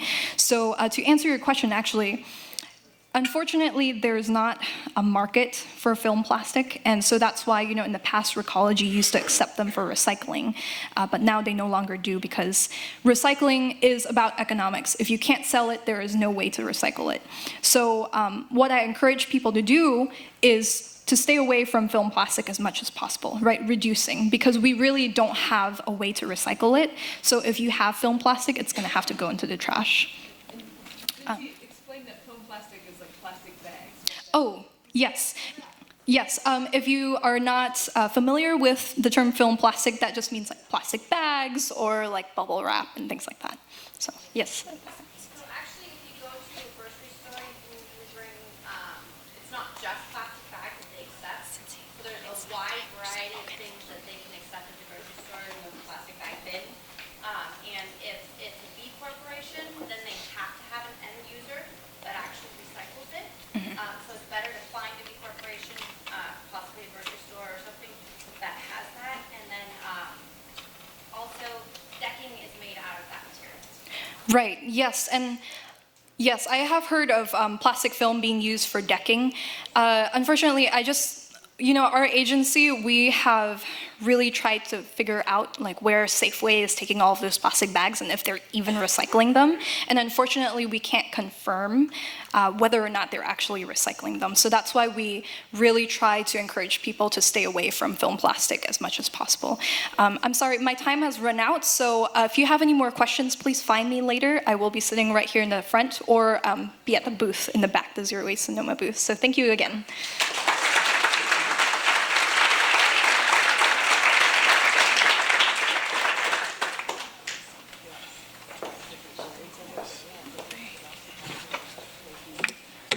Good morning, everybody. It's so nice to see this full room. It's so inspiring. We are all at the forefront of this movement, and it's a really exciting time. So thank you all for being here. My name is Celia Ferber, and I'm the Waste Zero Manager for Recology Sonoma Marin. And my presentation is going to be basically an update for where we're at, specific to zero waste, and where we're headed. And I have a clicker. All right, so up here in the North Bay, Recology Sonoma Marin services all of Sonoma County except for Windsor and the town of Sonoma.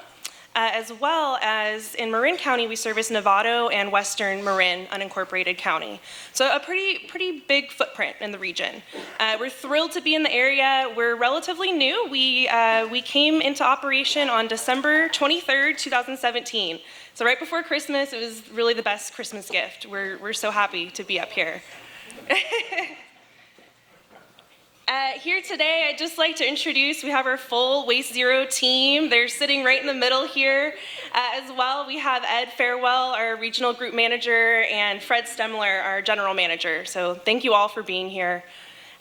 This is our Waste Zero team specifically, and this is us at the Napa Recycling Compost Facility. We like to do facility tours so that when we speak with our customers, we can speak from actually having been to the facility. We know what's happening to the materials that we collect. And so this is one of the facilities that we contract with.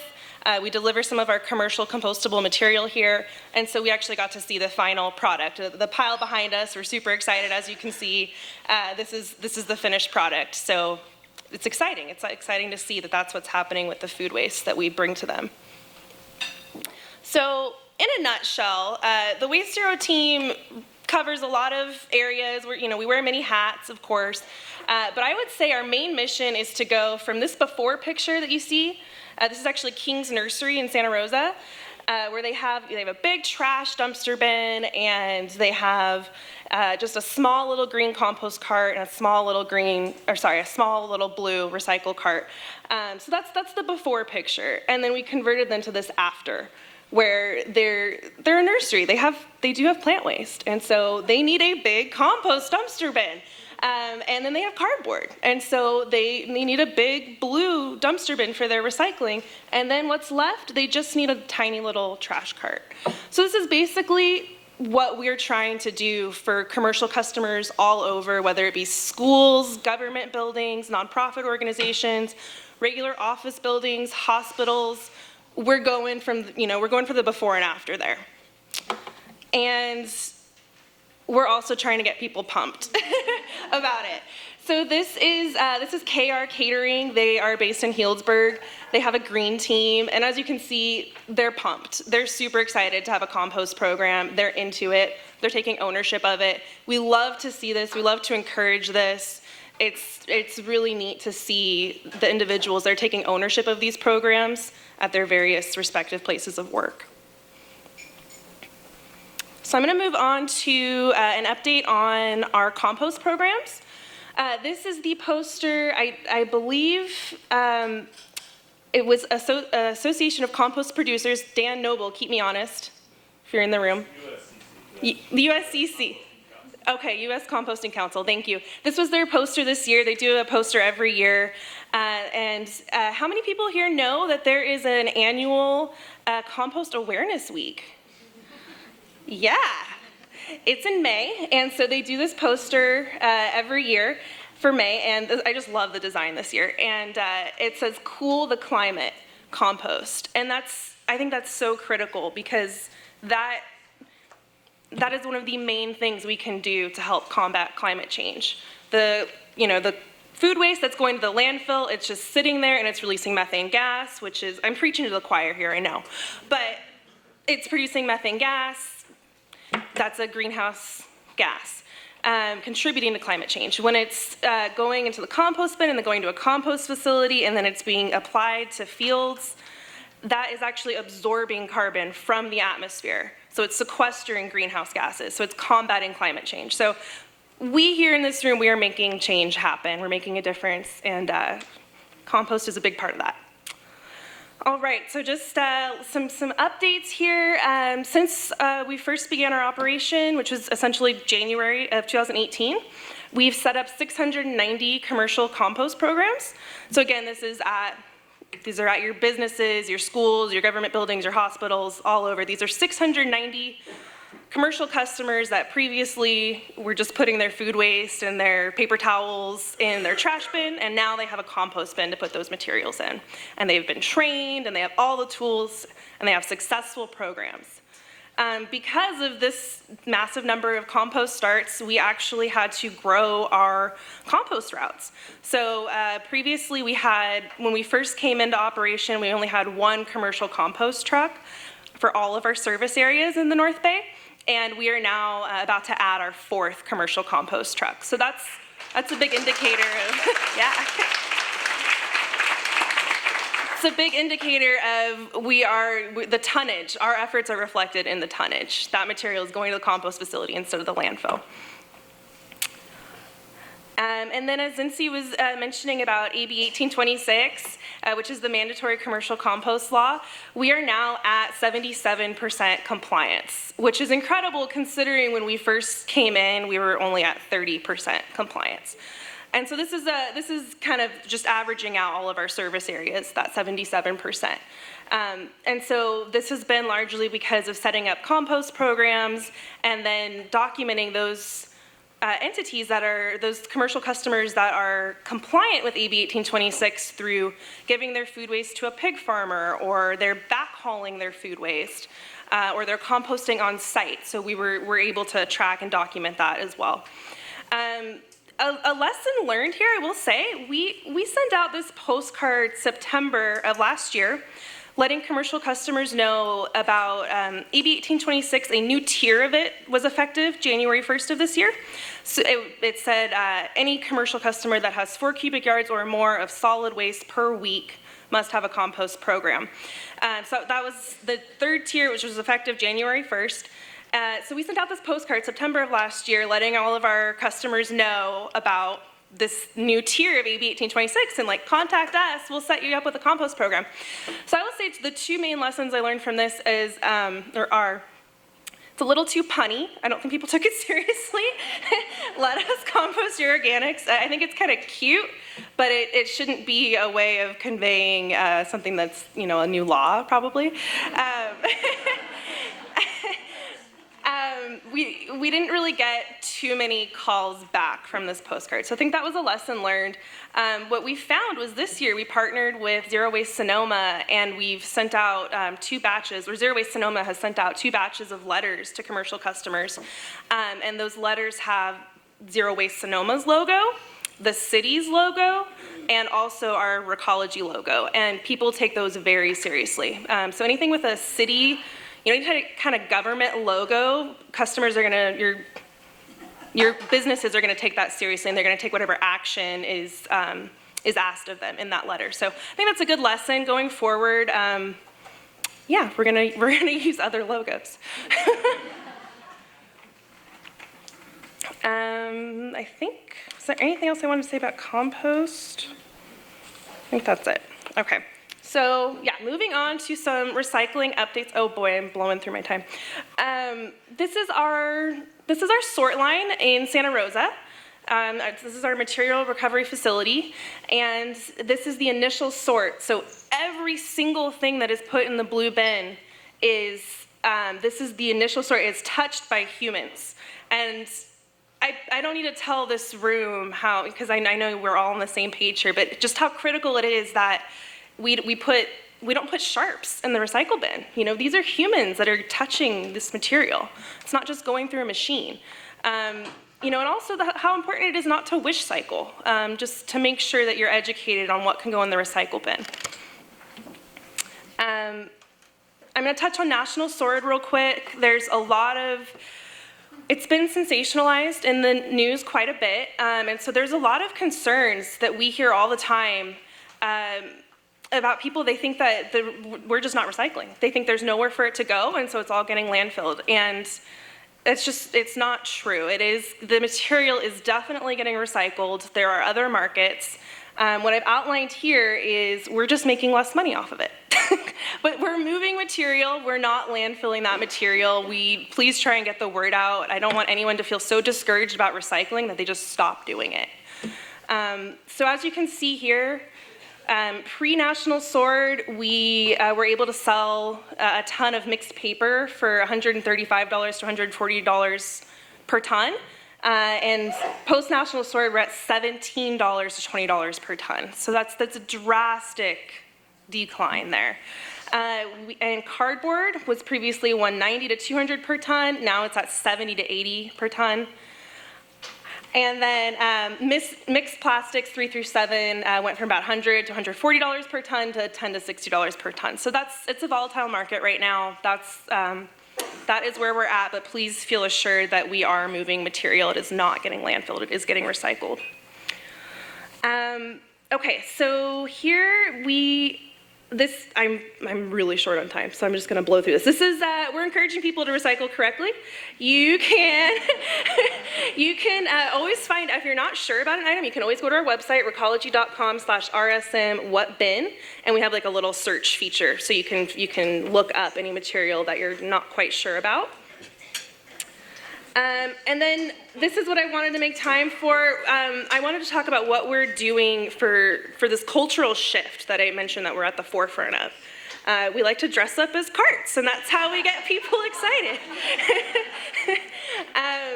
We do a little bit more than that. That was actually at the 4th of July parade in Novato last year, and Lisa and Garen are the carts.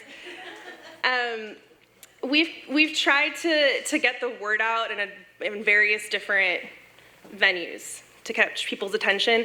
So this is a billboard in Rohnert Park where we're encouraging people to trim their waste by reducing. And we also put this ad in the Press Democrat.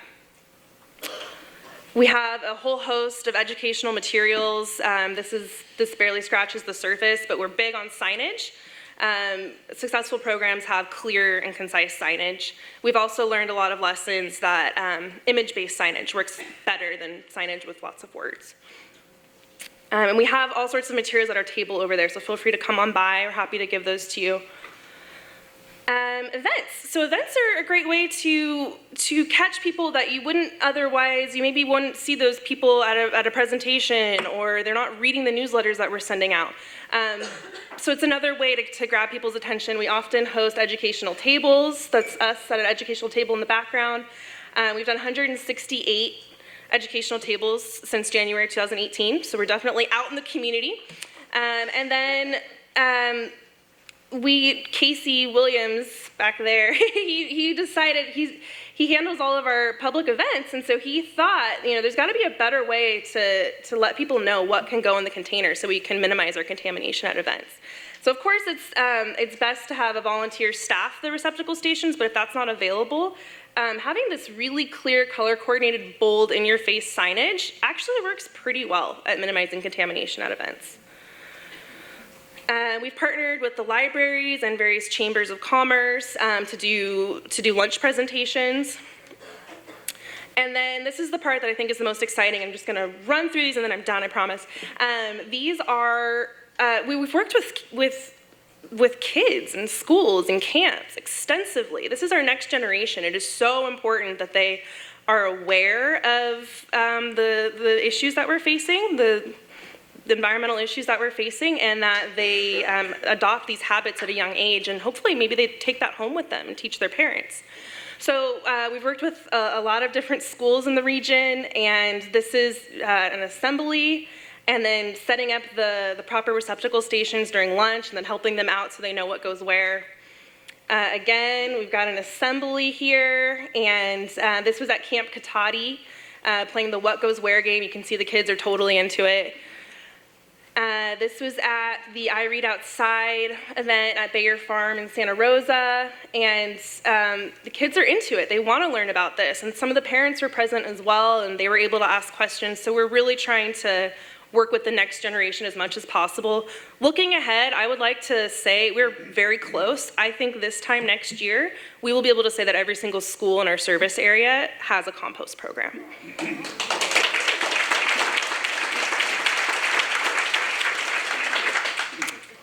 It's really neat when teachers develop these types of assignments for their students where they can actually make their own posters and articulate why having recycle and compost programs is important.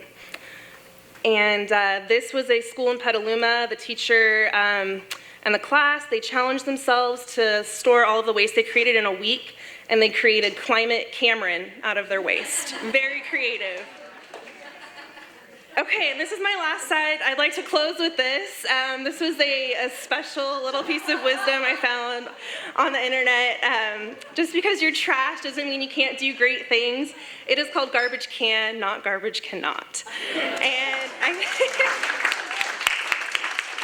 think, I don't know why I'm clapping, but I think that I'm clapping for Oscar. I think what he meant was that, our discards are a resource and we can do better.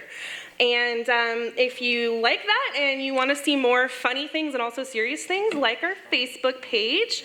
And just similar to last year, if you can show us that you liked our Facebook page, we have a special little prize for you at our table. That's all. Thank you. Okay. I went way over on my time, so I'm gonna not take questions, but I'm here all day, so I'm around if you have any questions. And now we have a 15-minute break, so feel free to use the restrooms, grab a snack. We'll see you in 15 minutes. Hello, everybody. Welcome back from break. Are we doing all right? All right. So I know we're short on time, so I'm gonna be a little brief. I'm gonna moderate the next panel. We're gonna talk about events. The reason why I'm moderating this panel is because I work for Ecology Sonoma Marin, and I handle all the events. I gotta tell you guys that the North Bay, right, we're known for great weather, wine, beer, and also there are so many events up here, especially during the summer. I know this because I've gotten 7 emails since I started talking. So Recology's brought a lot of great resources to the table. Celia kind of stole my thunder earlier with the signs, right? So my goal has been to introduce composting and recycling into every event in the North Bay. That's right, long gone are those days where we just drop off a 20-yard debris box and everybody just throws everything in there, right? We're not doing that anymore. So what I do is I work with every event coordinator and I talk to them about, okay, well, what are you gonna have there? And then I tell them, don't have that. And then I tell them to send out emails and encourage people to bring their own cups, right? Their own coffee cups. It's the simplest thing. Bring their own water bottle. Have a water station. Don't use compostable cups. That kind of thing. I tell people that coffee cups have to go in the garbage. A lot of people don't know that. And that's what we're doing. So I know she had the sign. I actually brought the signs. You want to see one? This is my favorite sign. Right here. This sign tells people that all your food waste can go in the compost. This sign tells people that soiled paper towels can go in the compost. It tells people that paper plates can go in the compost. I designed these signs specifically with the kind of things that you're going to see at events, which I think is very important. Because I want people to walk up to these signs and go, oh, I have this in my hand. It needs to go in this cart, right? And then the other thing, the key thing is to make sure that there's 3 carts all clustered together at every waste station throughout the event, right? So with this sign, we've introduced front-facing public composting at the Sonoma County Fair for the first time ever. That's right. Wednesday Night Market in Santa Rosa has front-facing compost for all the public to see. And it's fantastic, and that's my goal. See, I feel like, recycling's gone mainstream, right? Everybody knows to recycle. Now, some people recycle everything, but at least everybody's thinking about it. So my goal is for the average festival goer, right? No one in this room. I'm talking about the average festival goer. When they finish that giant turkey leg, right, at the event, they go, where is the compost cart? And if there isn't a compost cart, they're gonna ask, where is the compost cart? So that's what we're doing. So we have a great panel of speakers for the event around Sonoma County. Now, your first speaker I don't know a whole lot about, mostly because we don't service Windsor. Just kidding. All right, so we've got a Wasteless Windsor presentation from Sonoma County Resource Recovery. Please welcome Justin Wilcock.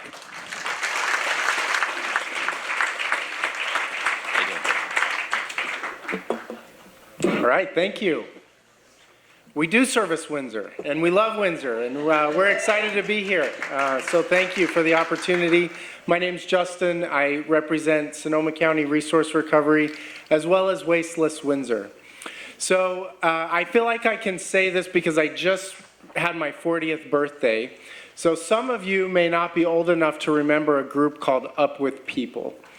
So when I was a lot younger, they came to our town. They were a traveling group that represented the world, and they came through music and song and dance. They presented uplifting messages. And so they came, my family hosted a couple of the performers, and I got enamored by this group and got their cassette tape. And one of the songs that they performed was called It Takes a Village. And that was the first time that I had been introduced to this concept. And so as later in my life, I experienced more with this concept of it takes a village through church. There was a family of triplets that came from kind of a disadvantaged situation, and the community came around them and helped them out, helped them get through their teenage and high school years. And we've seen the success of the community coming together with them, and one is graduated from college and happily married, the other two are finishing their degree. And it was great to see a community coming together, helping out this family, these triplets.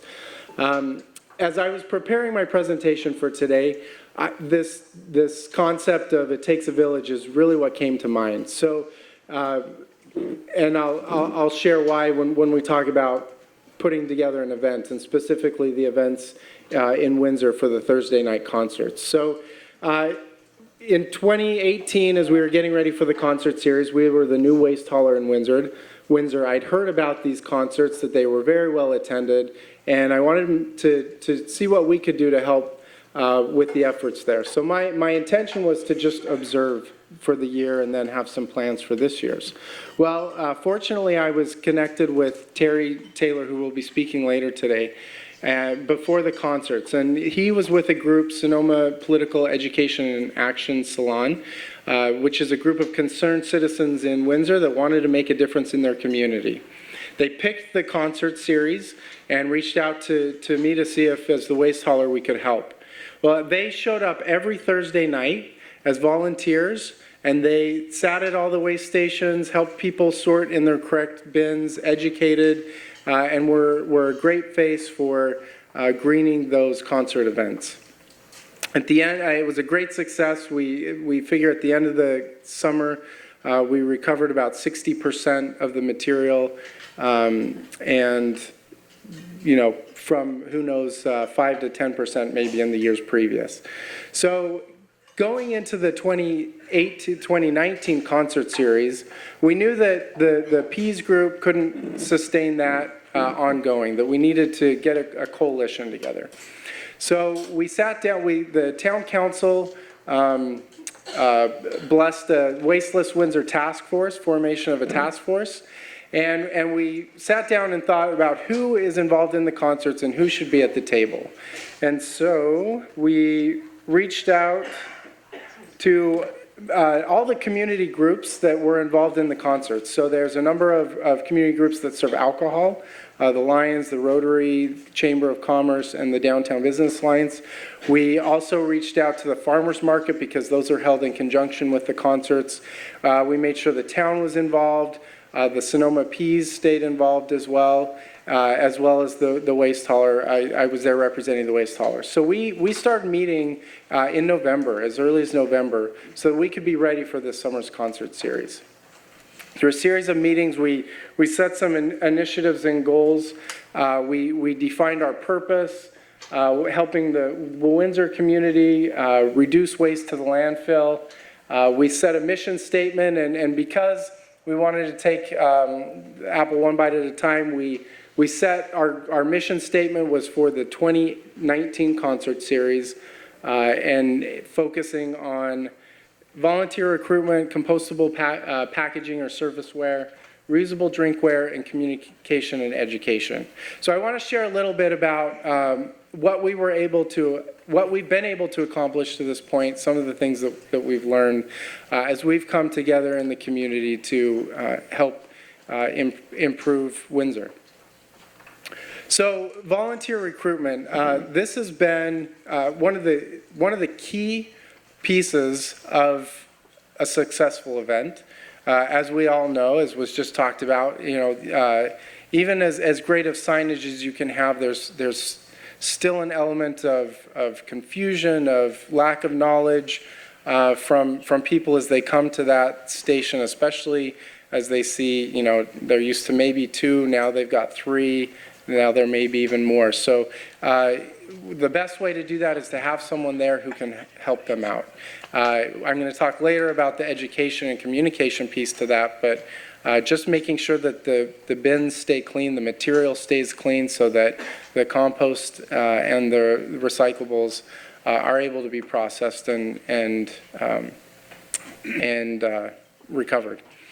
So we set out with a goal to recruit almost 400 volunteers.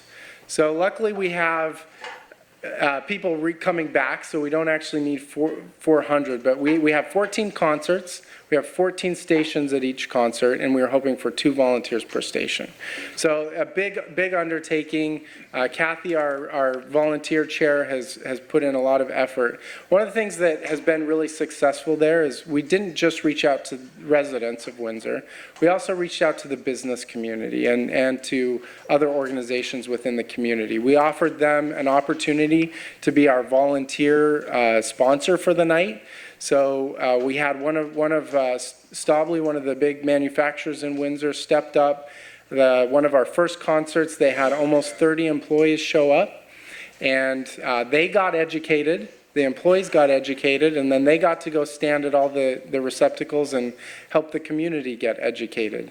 And it was a great way, again, reaching out to the community, not relying on 1 or 2. We were able to get 30 people in one night by having one business support the efforts that we're doing there. And more efforts there. Windsor School District is doing our biggest concert on the 8th. So a lot of great involvement from the community there. Compostable serviceware. So we reached out to the farmers market. Tina, who runs the farmers market, is phenomenal. She worked with her vendors and gave them guidelines. We knew there weren't contracts in place that would really bind them to the materials they use, but Tina runs a tight show, and she told them what they could use and not. And by the first concert, most of them had changed over to truly compostable items, and we worked with Tina on what would be acceptable by the composter. So that made a big difference. And then we wanted to tackle drinkware. So reusable or disposable plastic cups, we went through thousands of those at the concerts, and we wanted to see what we could do. We looked at a few different reusable options, and we settled on a stainless steel cup. And this is where the community really came. The other organizations that we brought to the table were crucial. Every organization serving beer and wine and mixed drinks at the concert agreed to raise their prices $1. So they agreed to a $1 tax on a disposable plastic cup. Now it was framed as a $1 discount if you use your reusable stainless steel or if you bring your own reusable cup. But through that effort, we really were able to promote these cups. We sell them for $5 at the concert, and once you buy that, you can get $1 off your drinks all summer long. We're selling them here today, so get your reusable cup today. And one of them walked away from us, so if you thought that they were free to take away, please come see us again and give us your $5. But this has been a huge, not just an impact in reducing waste. Our vendors are saying they're seeing about 30% reusable cups now at the booths. But it's also a very symbolic, and people are seeing the cup. They want the cup just to support the efforts that are happening. The last thing is communication and education. So again, the volunteers are crucial. They give someone a face to anyone coming to the waste stations, to be able to speak to them about questions they might have, answer concerns about why something goes in which bin, and it's really been a key piece in in the efforts there. And so, in closing, just to reiterate, the successes of this program have really been on bringing all the stakeholders to the table, not just focusing on the ones who buy into this already. We have some community groups that it was an effort to get them there, and even more of an effort to get them to support what we were doing. But they have, and they're there supporting, and this is what's made it so successful. And we look forward to more great concerts. Come see us on Thursday. Thanks. Time for questions. Any questions? One? Yeah. Great question. So we did reach out. Oh, yeah. So health code concerns with reusable cups. So we reached out to the health department, and we wanted to make sure that we were, doing everything right, and we weren't going to have any problems running into that.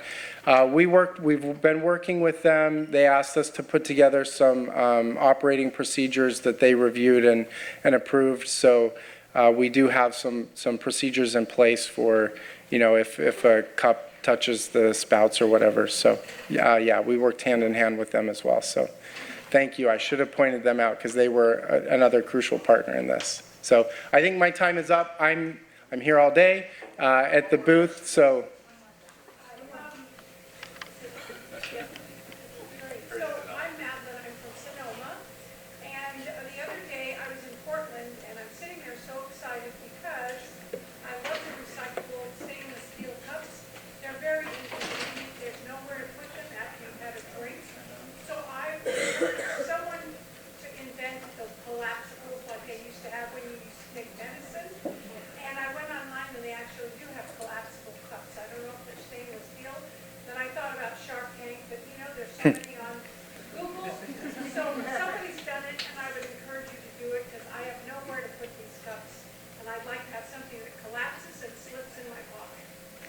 Great, thank you.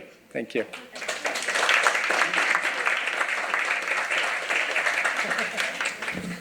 All right, thank you very much, Justin. Pretty sure I owe you $1. $5? I owe $5. Sonoma County Resource Recovery has been a great partner with Recology, not just Recology, but Sonoma County as a whole. So thank you very much, Justin. Our next presenter is a great example of best practices for a huge public event. So here to talk about the Sebastopol Farmers Market, please welcome Jackie Krieger and our very own Ambrosia Thompson, everyone.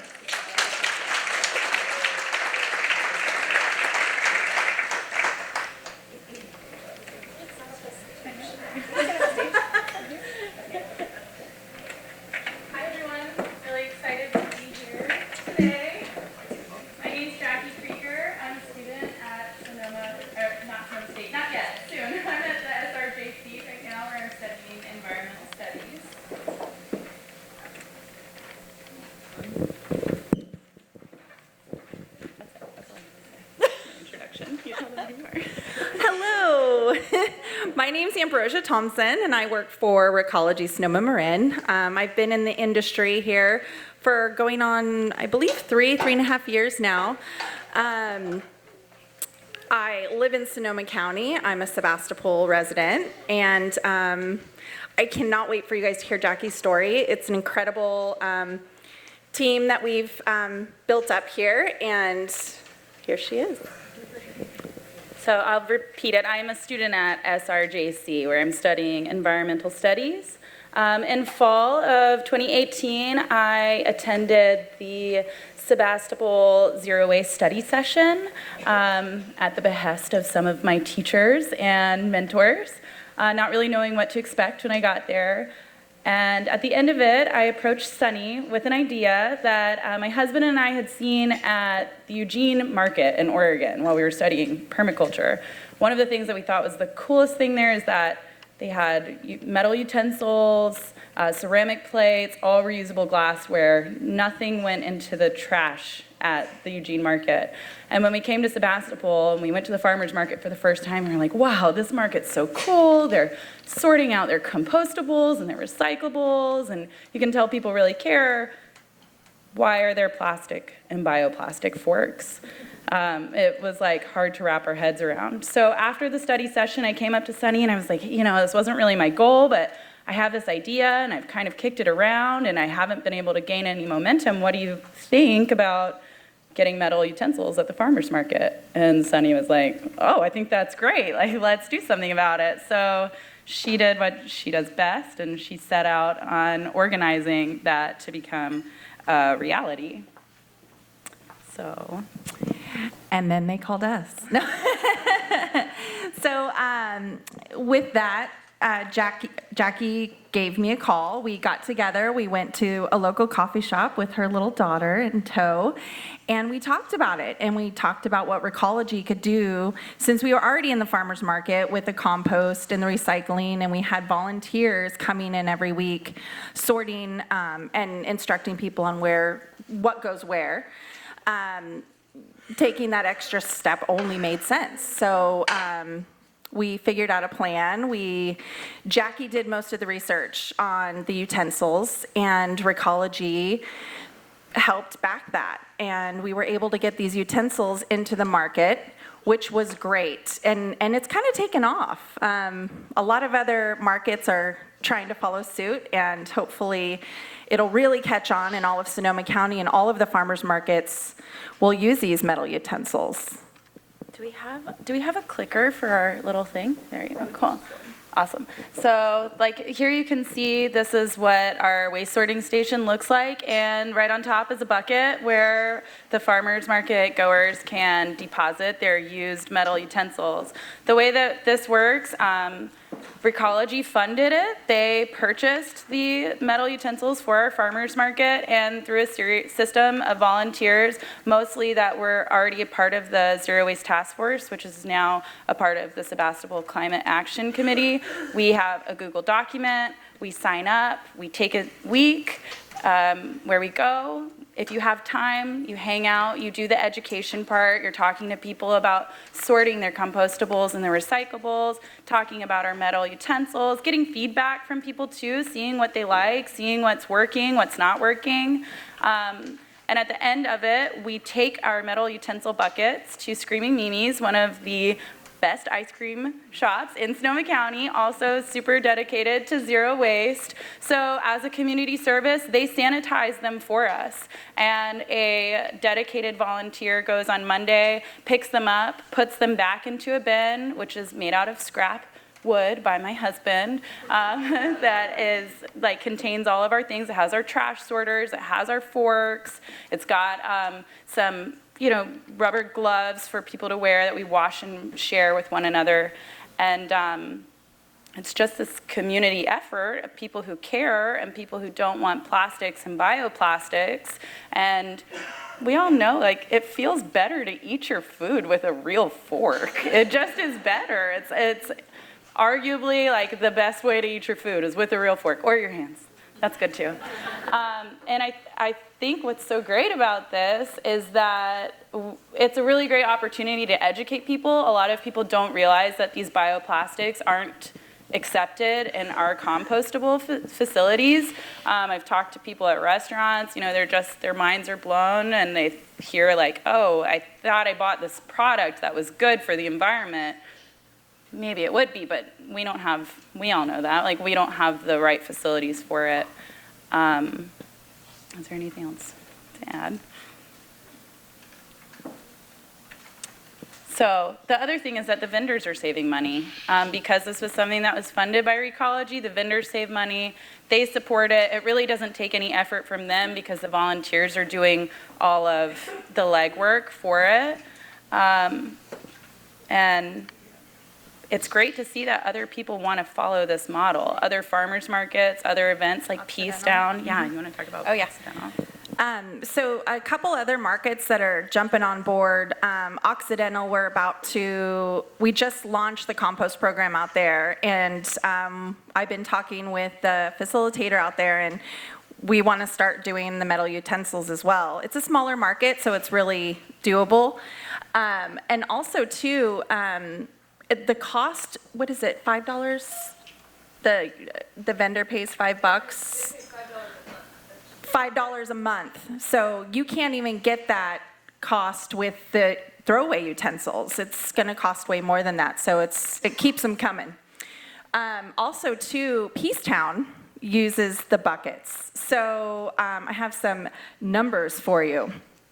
So Peacetown, since the beginning of June, has diverted 3,200 single-use utensils out of the landfill, which is amazing, right? Super amazing. And the Sebastopol Farmers Market, since November, the end of November, has diverted 9,000 single-use utensils out of the landfill. Right? Crazy. So at every single farmer's market, and if any of you are on any farmer's market board, committee, anything, let's talk. We got to get this going here. It just blows my mind, these numbers, and how someone like Jackie can make such a big difference. Thanks.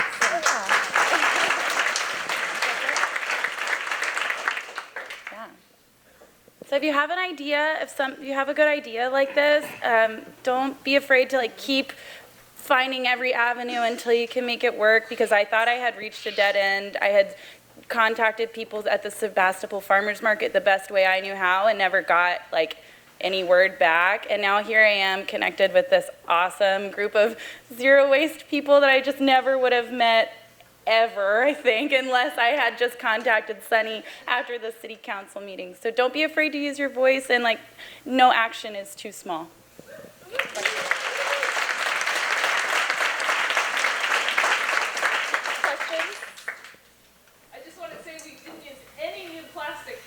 Yeah. Distribution bins we got at the Goodwill or left over in my house, and then all the collection buckets are from Screaming Mimi's. It's what their raspberry puree comes in, and they have stacks of them, and she's super nice, and she'll donate. She's amazing. Support Screaming Mimi's, please. Yeah. They're awesome. I'm just curious, to be able to duplicate this, do you have something written out or just samples of things that others, because I'm not from Sonoma County, but I go to farmers markets, right? Sunny would be a girl. Yeah, she can connect with her. Any other questions in the back here? Anyway, one of the challenges of dealing with recycling is scalability and institutionalizing the processes. We're relying on volunteers. Volunteers come and go, programs start up, we're always piloting stuff, right? So, in my opinion, what we need to do is institutionalize this by creating a business opportunity, all right? And so the vendors don't need to save money. They're already paying for those, throwaway materials. Why not rent them the reusable stuff, all right, and or increase their prices to cover the cost of paying somebody to gather these up, take them to an institutional washing station, re-deliver them to each food truck or whatever around on a regular basis, and make this a sustainable business. Green Mary's doing that. Yeah, I think that you kind of just described Green Mary's business plan. Yeah, yeah. So we need more people doing what she's doing, for sure, I agree. Awesome. Thank you. Thank you.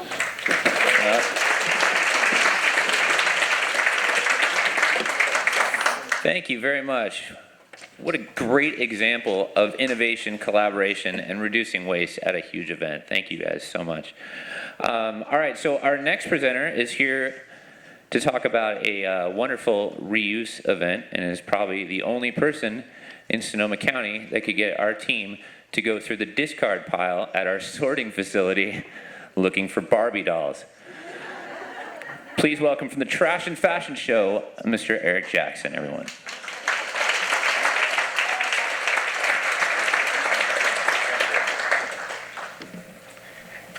Yes, yes, yes. I am Eric Jackson. How are we doing?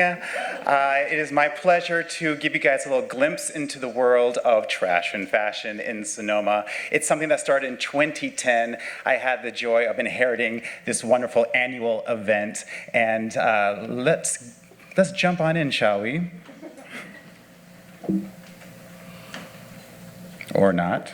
There we go. So every year around January and February, we do a call to artists, or basically to the community at large, asking people to creatively take a look at the way that they address their waste, their trash, and to possibly make art out of it, specifically make some fashionable art out of it, in which we actually then put on a runway show at the Sonoma Community Center. The rules are simple. All designs must be made of materials that have been previously used, rescued from the trash or recycling bin, or previously used and purchased at a thrift store, all with the goal that we are basically trying to keep everything out of the landfills, in short.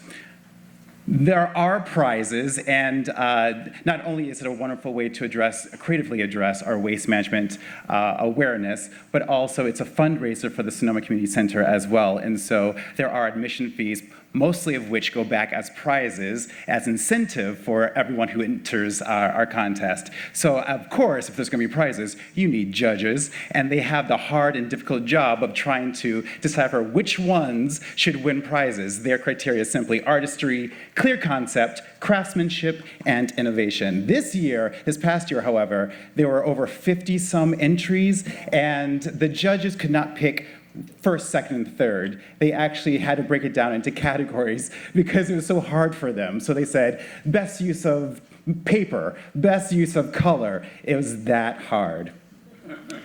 So these are examples of some of the outfits that have walked the runways in the past couple of years. This is just newspaper bags that have been put together into gowns.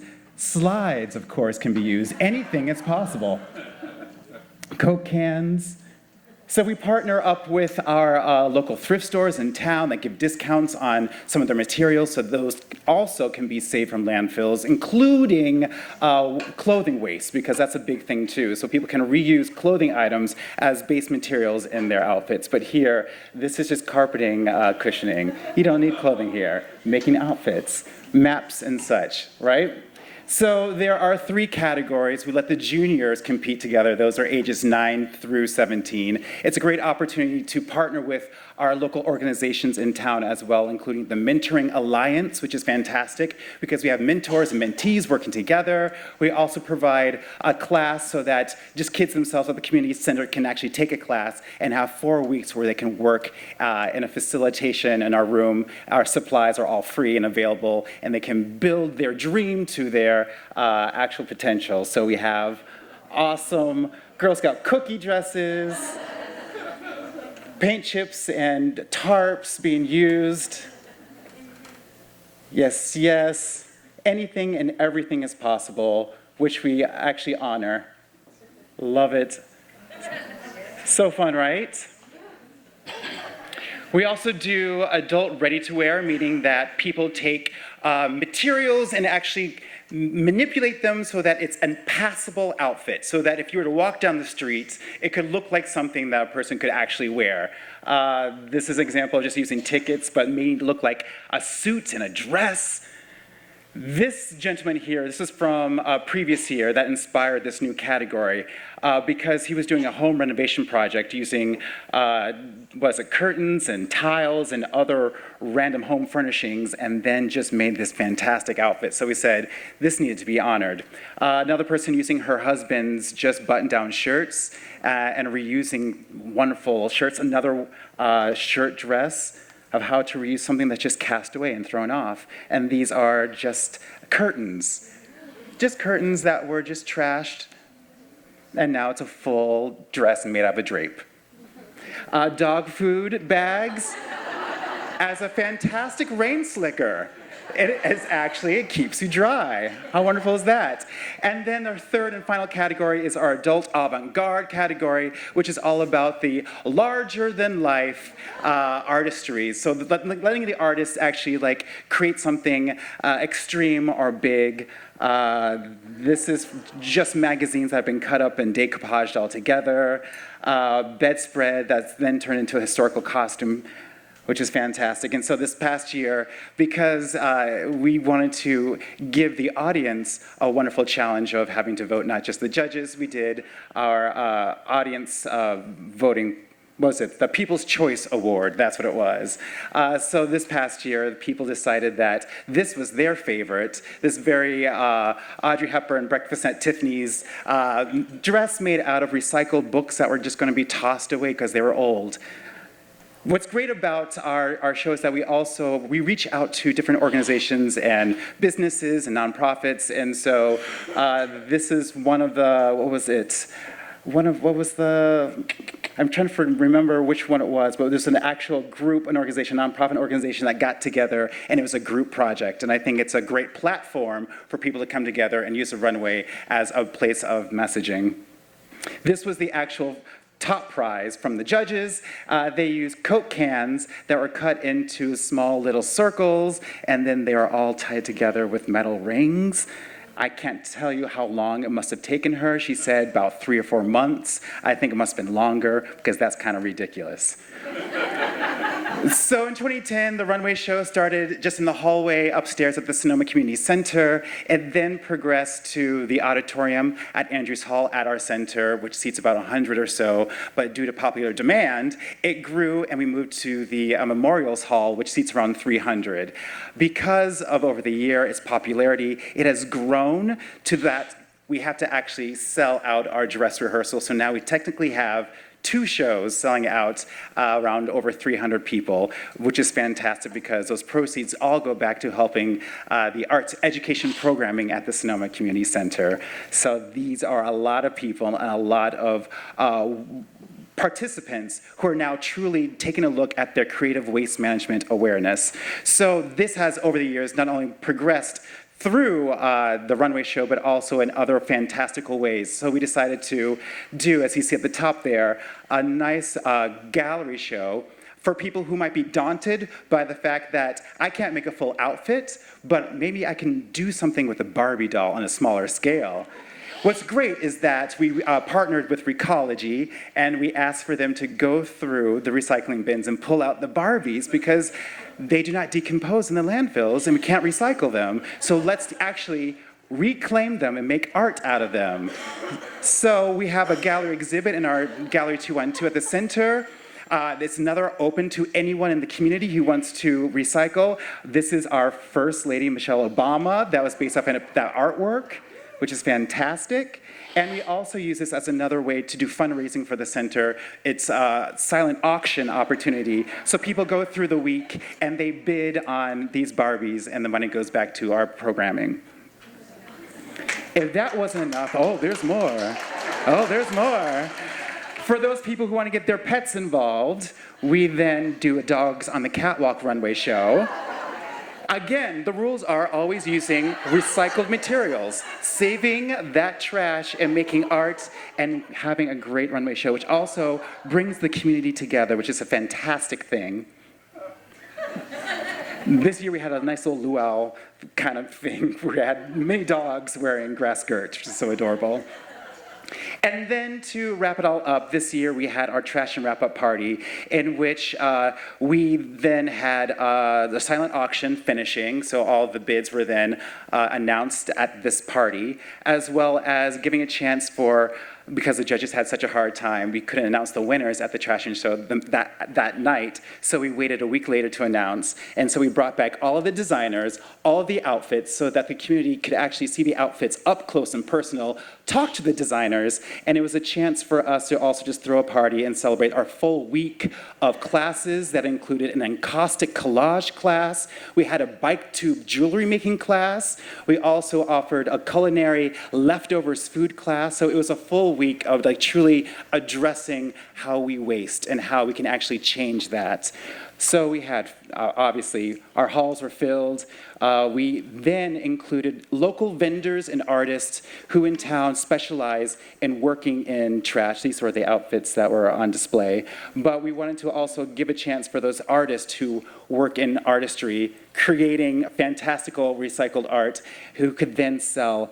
And it was a great event. So that was our trash and wrap-up party that ended it. So coming up, save the date, our 10th annual, can you believe it's been 10 years, Trash and Passion Show is Saturday, April 4th.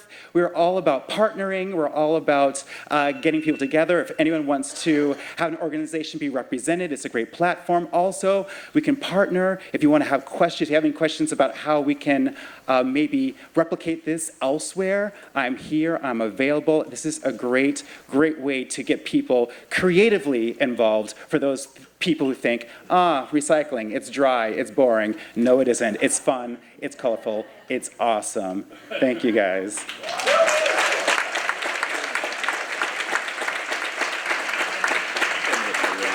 Thank you. So I'm over my time, so I can't take questions. Sadly, I have to run. However, if you do want to reach out to me, you do? Yeah. Fantastic. Thank you. Thanks, Zia.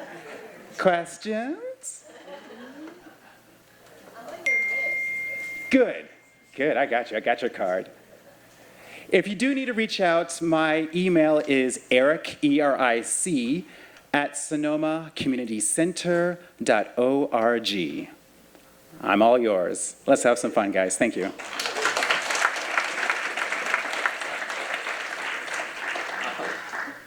Thank you very much, Eric. What a fun and creative event. I like it. Recycling is fun. This is good. It's my kind of fashion week. All right. So when our next presenter, whenever I hear our next presenter is involved in an event, I'm always immediately relieved because I know all the material is going to be clean and properly sorted. Please welcome your next presenter, Sonoma County legend, Green Mary.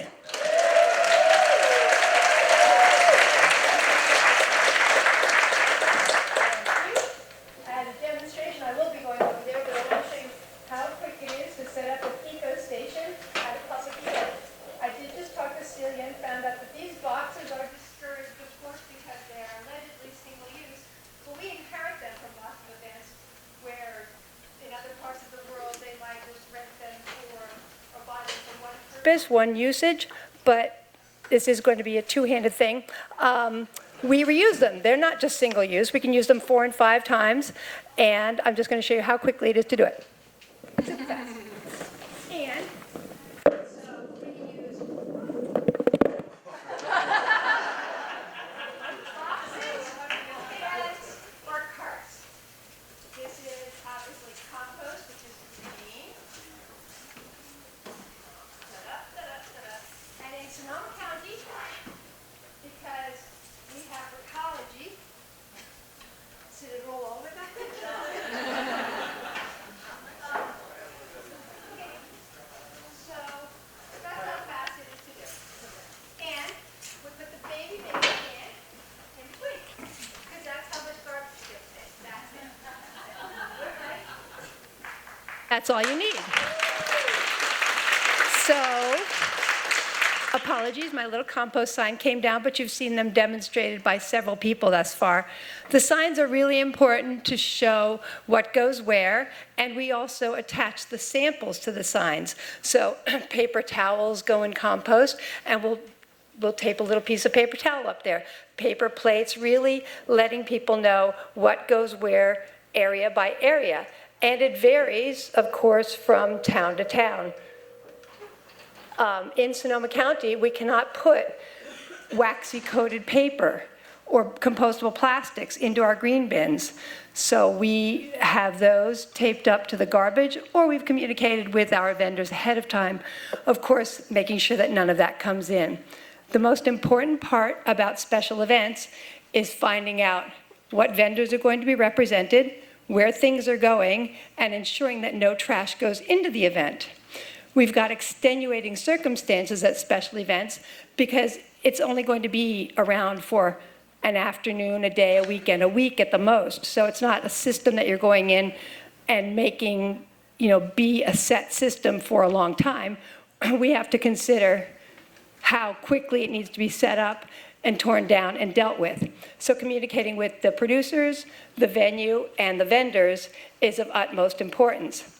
We're always thinking about where things came from and where they're going.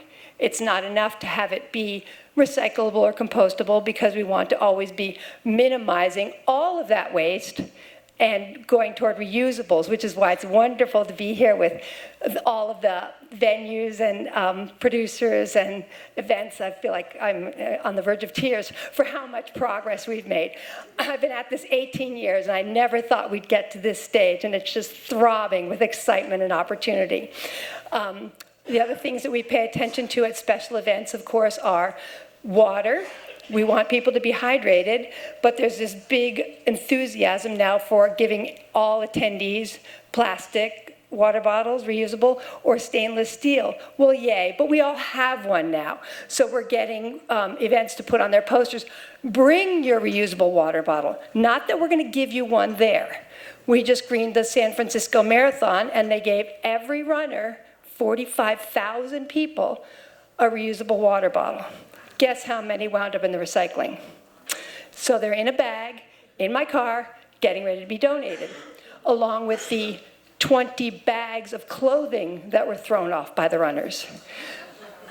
It's an elitist sport. They're cold at the start, they're throwing off their clothes, and we gather it all, wash it, and bring it to Goodwill after other people have gone through it to make sure that nothing really cool was in there.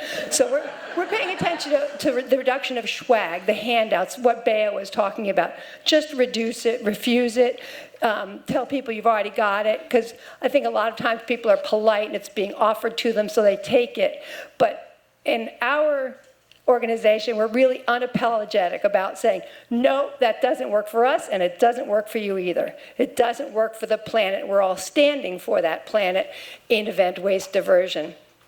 So paying attention to the reduction of the handouts, the water bottles, the T-shirts. I really hope that there's somebody in this room that is on the verge of getting ready to take the T-shirts from special events and have one T-shirt stand for every year. So you've run this marathon for all these years. So what if you have 17 shirts? You can't wear them all at once.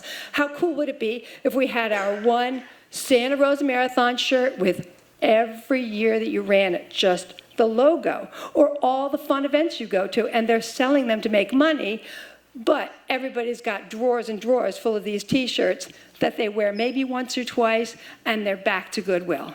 So that's one thing that we're really paying attention to, is the elimination of T-shirts that are being sold or handed out at special events every day. Super toxic in the production, and of course going someplace else overly quickly. And I just think it would be such a neat thing to have a person be able to say, I've run all of these marathons, and, it stands for something all at one place. I'm a little bit nervous. I'm just so excited. So at special events, one great thing in San Francisco is there's a mandate that says that any event that requires a street closure permit needs to have a recycling plan. So that gets us a lot of business. There's several organizations that do this, but we get lots and lots of business because of that mandate. And I believe that's on the books and being discussed for Sonoma County, that public events need to have a plan for where their waste is going to go and how to minimize it. Big thing is that we need a baseline year. So you can say, yes, I've minimized, but it might be just on your say-so. We need to start measuring the waste and saying, this year we produced this much less, and this much less. And the other categories that we reduced waste are also very important to track. For example, when we weigh the clothing that's tossed off at an event, that's something that didn't go into the landfill, but is not represented in any of the haulers' numbers. The water bottles that we took away, the food that goes out of public events is astonishing. We're hoping and aiming for producers to be helping vendors and caterers to have the formula that says, we have this many people anticipated, and this is how much food is required to feed this many people, with maybe a little buffer, but sometimes the buffer seems to be upwards of 50%, and platters of perfectly good food. And they're saying, oh, but we're composting it. So no, we're saving it from the compost and bringing it first to people, to shelters. We have food runners or Redwood Empire Food Bank come pick up the food, or we deliver it to them. Or we also take it to animal farms. We bring it to hog farms and local, animal pens.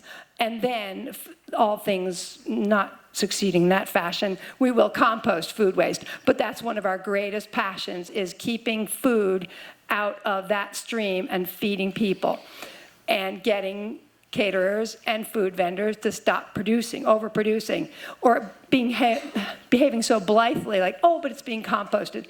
Got to stop that thinking. And that's also what people think about the blue bin, but it's being recycled, and way too many wrong things going into the recycling. In paying attention to the recycling limitations, we're telling people not to put their slimy plastic cup into recycling any longer. The really dirty plastics have to be A, eliminated, or B, just treated as trash. And the more people we tell people that that has no home in either of these, and we show them it has to fit in here, then they're like, oh, well, now we have to pay attention to bringing our own things and making sure that as little as possible that they're going into an event with is going to go to the landfill. And it's being met with great success. Everybody from the top on down, venue operators, producers, and vendors are really heeding the call. There's cost savings as you shrink a landfill dumpster. There's less, obviously, expense to the event when we grow the compost and recycling. There's also tremendous savings for the planet. And it's just, all the education that we get to focus on at public events, the great value of having a staff member or a volunteer standing at the station is terrific, because we do have to send people home with that message. And several speakers already have address the issue of the value of the public education, because we get to talk to so many people at public events, and then they go home and tell everybody about it. And by the time you volunteered at one of these stations, you're going to treat those wares a lot differently.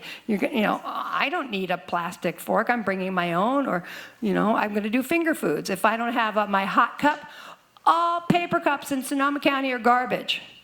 Any waxy coated paper cup. So nobody here is ever going to get another paper cup at a coffee shop again, right? Unless you have your own mug. You forego that beverage. It's not an option, because you can't make garbage. So that's the unapologetic message we're sending out. Like, okay, you can do this once. You probably didn't know that that was garbage, but next time we expect you to have your reusable mug. And it's contagious, you treat it with great passion, and people go away from public events, spread the message, and continue to behave in increasingly better green fashion at public events. And it's an honor to be here, and have a great rest of your day. Any questions? No questions? What do you put in the green bin? Do you put something to keep the food? May I have that back? Not in Sonoma County. Everywhere else, we can use a compostable bag. And over the course of the day, we take our bag out and empty it into our compost dumpster or toter, putting this back in, and then at the end of the day, the last load will be the really slimy bag. And we do use really thick bags for the recycling, but again, we reuse them over and over. When I first started the business and we were really small, I would wash them and hang them on the clothesline. I'm afraid we're too big for that. Ironically, this is the greatest waste that we make in the course of an event day, our plastic bags. Yes? So I feel like we talk a lot about success stories, and you said you talk to all different types of people. What about the negative response? How do you react to negative criticism, or people like, oh, it's gonna burn anyway, right? Yeah. How do you approach those people and try to serve? Yes. The question is, what do we do about the negative response that we get at public events? How do we convert people or deal with that other angle. And we certainly get it. There's people that know absolutely where things go better than we do, and don't try and tell a person in Berkeley what to do with their recycling, because that's where it all started. But with humor, with insistence, with referring them to professional websites or professional help. Humor goes a long way, and the enthusiasm is really contagious. My whole crew, we've got 45 employees now, and they're all crazy passionate about doing the right thing. And sometimes you just have to, ignore any rudeness and carry on with the next 100 people that do care. All right, thank you very much. Thank you. Thank you. I gotta say, as a lifelong Sonoma County resident, we're all very lucky to have a resource such as you. It's been on the vanguard of reducing waste at events, so thank you very much. And that concludes our events panel, so let's give a round of applause to all our speakers. Pretty sweet panel, right? All right, well, we got another one for you. Here to moderate our food recovery panel is from Petaluma Bounty. Please welcome Susie Grady, everyone.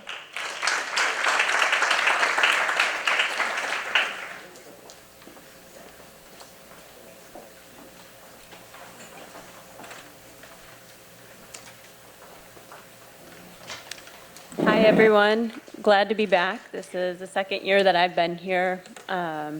So I run the food recovery and gleaning program at Petaluma Bounty. That's been happening for the last 12 years.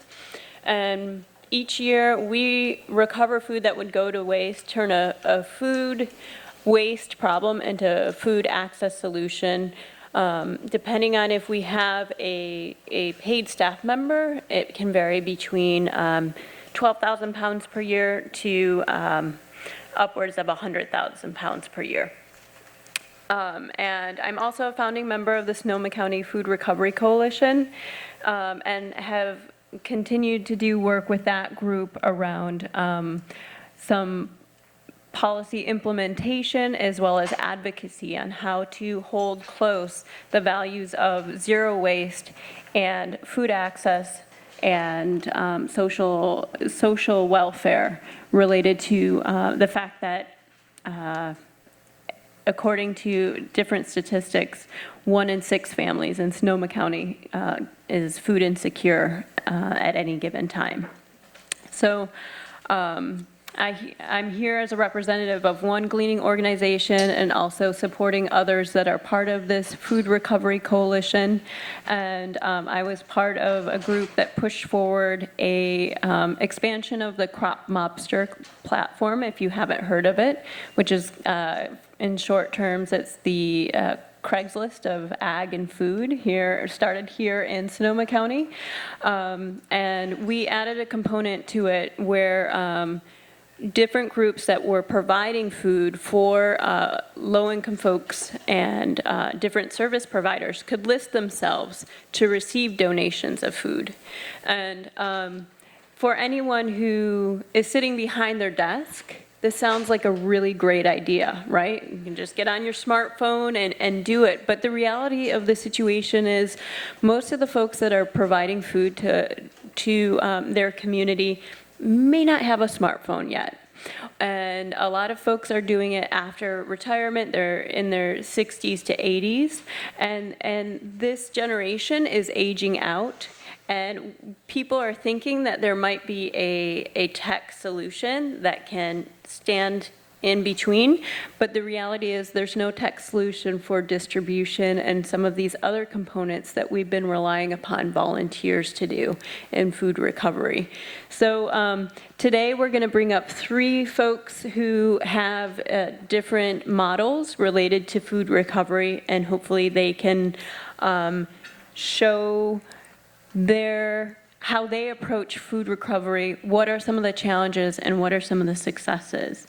And just, I think later in the day, there'll be people talking about SB 1383 and other things. But my message to share too is how can we acknowledge the systems that are already taking things that perhaps larger society hasn't assigned value yet or economic value, but there are systems in place that are already doing a lot of the recovery and other connecting of the dots. And so sometimes when we have these pulses to make change, we need to observe the landscape and see what's already happening and how we can improve upon the systems that exist.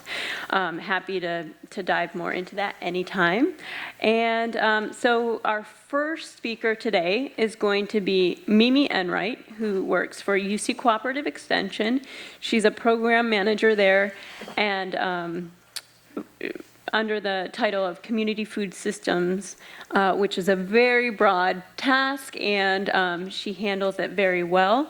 And she'll be speaking about the Sonoma County Food Recovery Coalition and other pieces of it.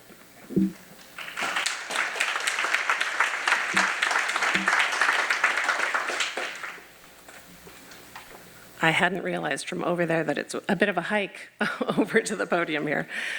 Good morning, everybody. Thanks, Susie, for the introduction. I'm happy to have been partnering with Susie on a number of initiatives. She's a really valued community partner, and appreciative of the opportunity here today to talk to you about the Sonoma County Food Recovery Coalition. I know it was up there a minute ago.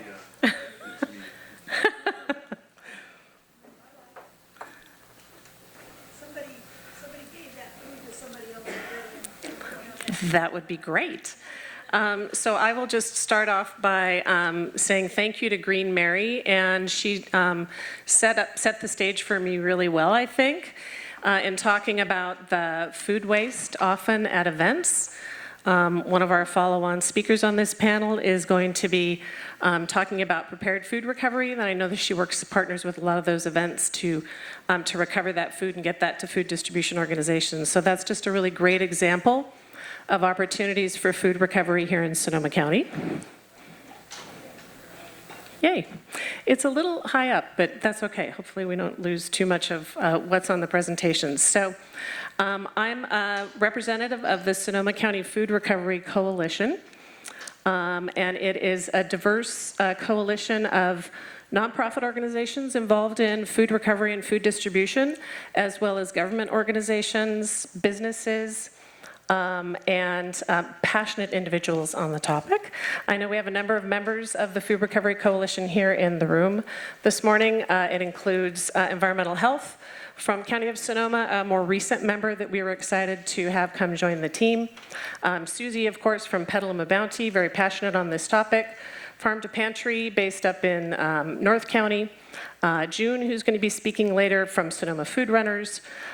Zero Waste Sonoma. It's going to take me a long time to stop saying Sonoma County Waste Management Agency, but I'll get there eventually. Very excited about newer members. Robert Empire Food Bank, a very important player in food distribution, the most important large player in food distribution here in Sonoma County. Recology, apologies to Recology, I missed getting your logo up there. Crop Mobster, and then individual members representing Interfaith Sustainable Food Collaborative, 350 Sonoma, and we were really excited to have a pig farmer join our coalition recently. That may not sound exciting to you, but it was a very exciting addition for us. So our vision as a group is to really try to reinvigorate the sharing ethic in our community and help strengthen community connections through education and fostering learning, reducing food loss, of course, increasing food recovery, and better nourishing our community. So I'm sure many of you are aware we have a huge hunger issue here in Sonoma County. I find it rather ironic. We're in such a diverse, rich agricultural region, but many people face the threat of hunger every month. And yet over 45 tons of food are going to our waste stream. And the source of that data comes from the Sonoma County Waste Management Agency Waste Characterization Study, and this shows the organic waste stream, and this shows you this blue section here, shows you the source of that 45,500 tons number, and the bulk of the organic waste going to our landfills was food. So we need to rethink waste. Many in this space talk about food waste. We're really trying to shift to the calling it food loss, because we treat waste really has a connotation of no value. And in fact, in the natural system, there is no waste, and we need to shift back to that thinking. Sorry, I lost my train of thought there. We prioritize food recovery based on the EPA food recovery funnel. We, of course, focus on feeding hungry people, this blue section here. I talked about our excitement of having a pig farmer as part of our coalition to add their voice. It then shifts down with, of course, the very last option of food going to the landfill. This is based on a study that was done in Santa Clara County, looking at issues within food recovery. There are infrastructure and capacity issues, inefficient distribution, nutritional deficiencies, etc. Traditional food recovery and food distribution is based on nonprofit organizations. They typically have limited philanthropic funding, insufficient infrastructure, and are based almost entirely on volunteers. As a county, we need to be helping support our nonprofit organizations working in food recovery and food distribution as much as we can. So the Food Recovery Coalition, this is our website that we developed as a resource of information for our community to learn more about food loss and food recovery.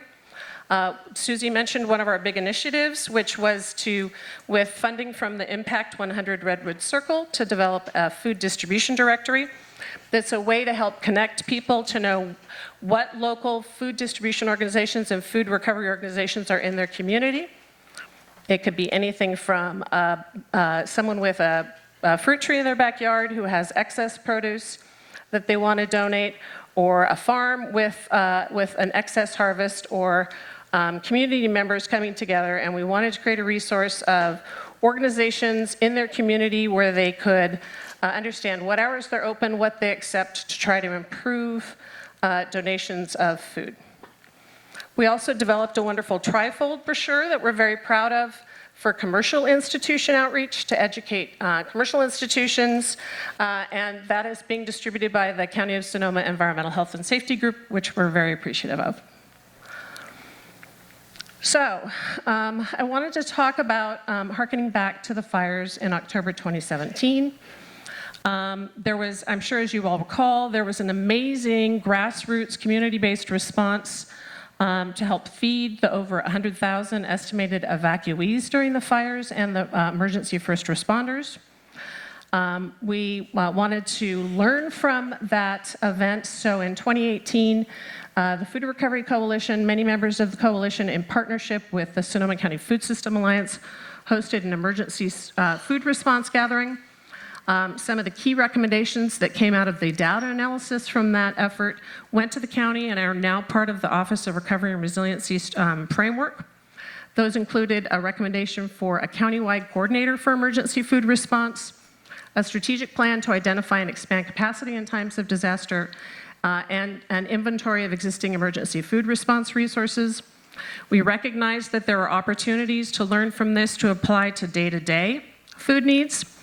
This is a proposed model put together by one of my colleagues.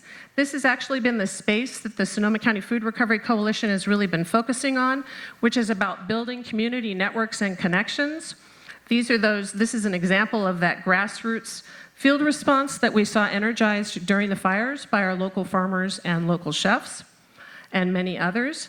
Our proposal and what we're working on, is to develop a job description for food recovery coordinators that are based regionally, that are building these networks and connections, helping to educate on food loss and food recovery opportunities on a day-to-day basis, that could then be activated with the more traditional infrastructure that generally goes into play during a disaster and emergency, but that's coordinated. The big shortcoming during the fires was that there wasn't a central communications point on food during the fire. That really wasn't on anybody's radar as an issue. So we're having conversations with county personnel about instituting an emergency food information office that could be activated during an emergency. Zinzi referenced SB 1383, which is sadly cut off on the top of my slide. I'm not going to go into depth. CalRecycle has someone who's going to be talking in much more detail about that later today. There's a major component of this bill that includes edible food recovery. So as a group, the Food Recovery Coalition has been strategizing on the infrastructure that's going to be needed to handle that additional capacity of food that's being generated. What's in the current draft of this legislation, the final legislation hasn't been issued yet, it does include a requirement that jurisdictions provide funding to support our nonprofit food recovery and food distribution infrastructure, which I find very exciting, and which we hope to leverage to help build the support that our local nonprofit organizations need to help handle that increased food recovery and capacity. So thank you to the many dedicated members of the Food System Alliance and the Food Recovery Coalition for all the work they do.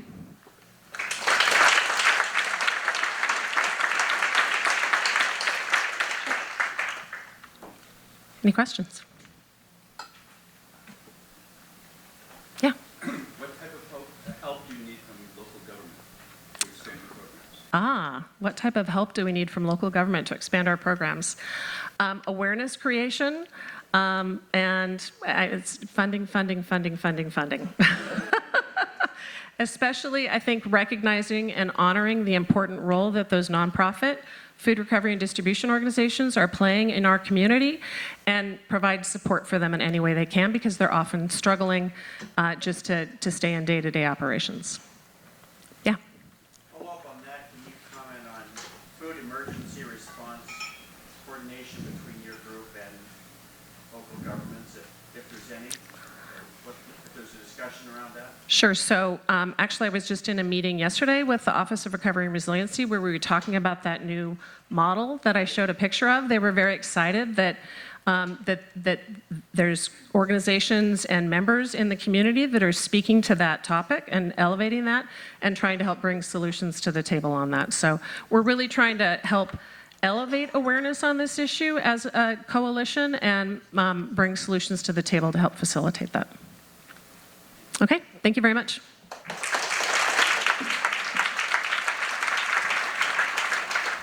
We're so lucky to have Mimi at the helm. She does a fantastic job of synthesizing all the different ideas, and as you can see, bringing together emergency food as well as food recovery. We're excited to identify the synergies and see how we can better serve our community in a multitude of capacities. So next is Marv Zotter, the founder and CEO of Extra Food. It's a countywide food recovery organization in Marin County, and we often look to them to see what's up and what's coming and how we can learn from each other. So I'm sure we're going to learn a lot from his presentation too. Welcome, Marv.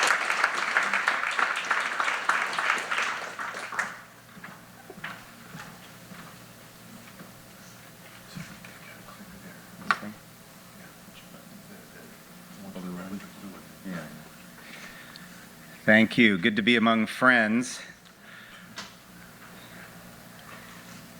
So contrary to what many people think, there are a lot of people who struggle in Marin. A lot of people who struggle in Marin. And there are the hungry that we see, homeless on our streets, for example, but so many are the hidden hungry who are hidden from so many of us. Seniors who tell us that they're choosing between food and medications. Children who I've seen come to Marin schools without breakfast or lunch. Extra Food's vision is that the power of community can get us to the day when all in our community have the food that they need. And our first step is our countywide food recovery program. So through that program, we rescue excess fresh food from any Marin business or school and any type of food. And we immediately deliver that food to our safety net partners serving our most vulnerable children, adults, and families 365 days a year and free of charge. So what has been our impact thus far? Well, in our first 5 years, we have rescued and delivered 3 million pounds of food from 250 businesses and schools to 122 sites across Marin, including 33 new food programs that we've started with our partners, because as wonderful as the safety net is and as wonderful as the food safety net is in Marin, it doesn't yet reach everyone in need. And we're now reaching more than 8,000 people a month with the food that we're delivering. And to bring that to life for you a little bit, I'd like to just tell a few stories. First of all, our close partner, Whistle Stop, which has the Meals on Wheels and other home-delivered meals programs in Marin, came to us some years ago, and one of their home-delivered meals programs that serves the chronically ill, they said, you know, our funding for that program is going to run out in X months. Is there anything you can do? Well, it turned out that we had daily donations of complete, sealed, microwavable, mostly organic meals that we were able to offer to Whistle Stop. So then Whistle Stop went to the county of Marin and said, hey, you know, extra food has now covered almost our entire budget because it's mostly food, right? And they said, can you, county of Marin, give us a little bit of money, you know, that we need for overhead, you know, gas to deliver and that kind of thing? And the county said yes. So between Whistle Stop and Extra Food and the county working together, we saved that program. And on top of that, because through that program, Whistle Stop delivers 7 meals a week to clients in that program, every time Extra Food locates another dependable source of 7 meals a week that we're able to direct to Whistle Stop, they're able to take somebody off their wait list. So we've more than tripled the size of that program now. And in fiscal year 18, together we have delivered more than 20,000 meals in FY18 to those chronically ill clients. Thank you. Thank you. That's very kind. Thank you. And of course, Whistle Stop is just one of those 122 partners that we've delivered food to in Marin. Another one, a program, a wonderful program in Marin called Next Generation Scholars that helps kids from low-income families who are in middle and high school get to college. And we've been working with them for quite some time. And their executive director told me not long ago, this just broke my heart, that kids in her program have friends at school that they know haven't eaten for a day or more.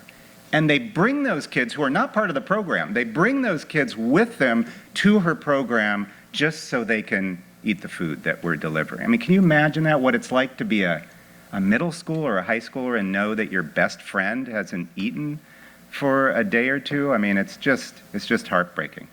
And we're delighted to be able to be helping serve those kids. And finally, so we do a disproportionate amount of our work in what are called the food deserts in Marin. Those are the areas where residents lack sufficient access to healthy, fresh, affordable food. And in Marin, those are West Marin, which is, I think you may know, a massive, mostly rural area, Marin City, and the Canal District of San Rafael. So a young family with 2 young kids moved to West Marin from out of state. And the wife and mother of that family, I'll call her Leslie, shared with me that when they got to Marin, they moved there for their husband's new job. And they got to Marin, and through no fault of his, the job blew up. So they're unemployed for the first time actually in both of their lives. They're living in an expensive county. They watch their savings, you know, go to zero. She told me they were talking to each other, she and her husband, about what they could sell on Craigslist, you know? So then she heard about a food program that we started out her way, but she was reluctant to ask for food from that program. Neither she nor her husband had ever asked for that kind of help in their lives. And as is true for some or maybe many people at times, there was some shame around that, around the prospect of asking for that kind of help. But as she tells the story, she says, well, I had 2 young kids at home, so I darn well was going to ask for food from the program, you know? And she started receiving food from the program. She told me that she would hide some of the food when she brought it home so her kids wouldn't eat it all at once, you know? But then she heard where the food was coming from. Some of the best food in the world here and in Marin, from grocery stores and restaurants and farms and farmers markets and so forth. Some of the best food in the world. And something really shifted for her because she had worked in restaurants and grocery stores where she saw how much was going to waste. Shifted so much for her that she became one of our volunteers. And she started taking her kids along with her to rescue and deliver food all over the county. First of all, to show her kids that there are a lot of people struggling in our county and it's nothing to be ashamed of. And also to help them feel part of the solution. Good news, several months later, her husband found a new job and they stopped needing to receive food from the program. So people ask me not infrequently, why is it that this collaborative of so many people and partners has been so impactful so quickly? And I usually talk about these three reasons. The first reason is that we've made it very easy for everyone to participate in this collaborative. So everything starts with our safety net partners, the homeless shelters, the senior housing centers, the after-school programs throughout our county, and together with them we are understanding deeply the needs of the people that we're trying to serve, and those needs come first. With our food donors, as you folks know better than anyone, we have a behavior change challenge, and really we just have to make it as easy and reliable and responsive as possible to make it a total no-brainer for them to say yes, right? And then with our volunteers, everybody's so busy and doing a million things, we knew we had to have a volunteer program that flexed with their schedules, not the other way around. Second thing is being nimble and responsive. So for example, during the fires, as you probably know, many people were streaming into Marin when the shelters filled up here and in Napa and so on. And we housed 500 people at the Civic Center in Marin. We got a call within the first 48 hours, 24 hours actually, I think, from the Civic Center shelter, which we helped to set up, where they said, you know, we've got a kid here who's gluten-free and we don't have any gluten-free food. So we just got on the phone with one of our many food donors who we knew had gluten-free meals, and within 45 minutes we had meals there for that kid. You know, that's the kind of responsiveness that we aim to continue forever, really. And the third is that this collaborative that we're building and expanding has really showed, I think, all of us the power of community. The volunteers, the businesses, and the nonprofits, of course, so many hundreds of them with now probably thousands of people involved, all of the funders who are supporting us so generously, the county of Marin, cities and towns throughout Marin, like the city of Nevada, which are folks that are particularly innovative and forward-thinking, and the state government now as well supporting us. And of course, partners with complementary solutions to the problem of food waste, like our partner Recology, our partner Marin Sanitary Service with their Food Scraps to Energy program, and Zero Waste Marin with their solutions as well. So our immediate goal is, you know, we're solving hunger differently. We're working to transform the food system in Marin from wasting food to donating it, to get every single possible business and school into our program, and to capture every single pound of healthy food for people in need. And we're sharing the resources of our community with our community, and we're expanding this collaborative of people and partners, this ecosystem, as a long-term renewable resource for our county. We have far more requests for food than we have supply. There are many, many more potential food donors to get on board. So we're applying resources against recruiting those food donors, increasing our rescue and delivery capacity, and expanding our distribution network. And you know, we started Extra Food because we felt strongly that these problems of food waste and even hunger in our lifetimes in our county are actually solvable problems. So whether it's volunteering or making an introduction or making a gift or becoming a corporate sponsor, we would be delighted if you'd join with us. Thank you.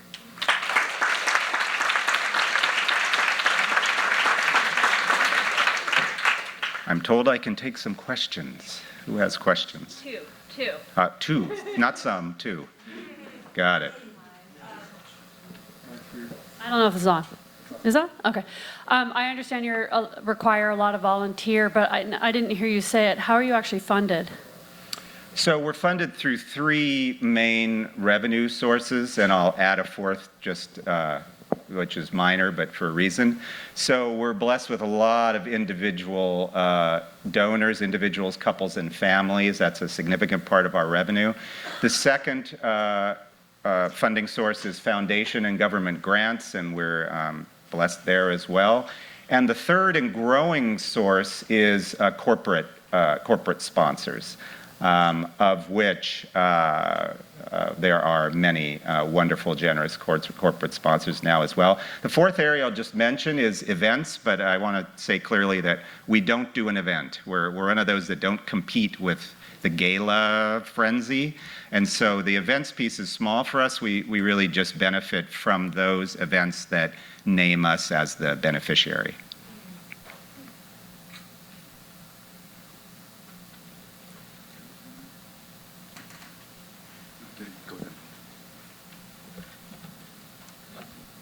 My question is about volunteers.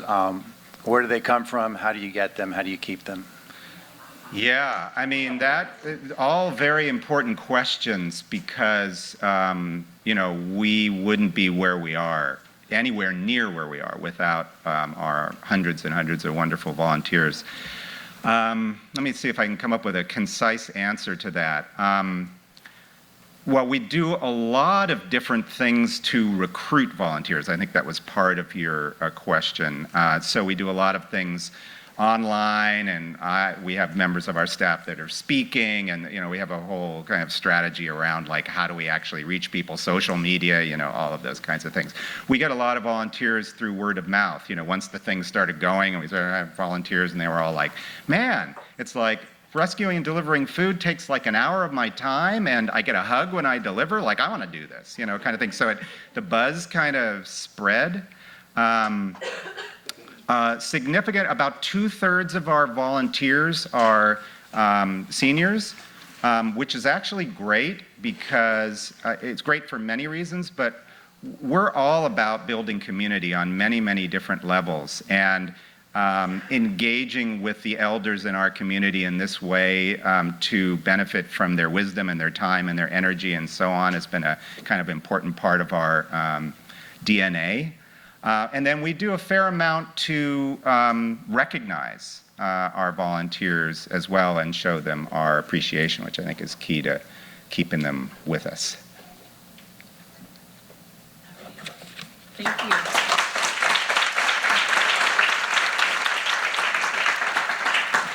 And one thing just to point out, if I believe Marv, and correct me if I'm wrong, your organization recovers produce as well as processed food and everything under the sun that's edible. Yeah, and so that's a little bit of a distinction. Some of the Sonoma County organizations only specialize in either prepared foods or in produce. And so it's interesting, if you get a chance to talk to these organizations, you'll find out many different stories and different challenges and solutions that they've developed. So per your question, thanks for asking, our next presenter is June Michaels and Arcel Perez, and they both work and volunteer with the Sonoma Food Runners. And this organization, it does produce, but I'd say their biggest emphasis is prepared foods and taking prepared foods from different sites to consumers in 30 minutes or less, I believe is the general. Yeah.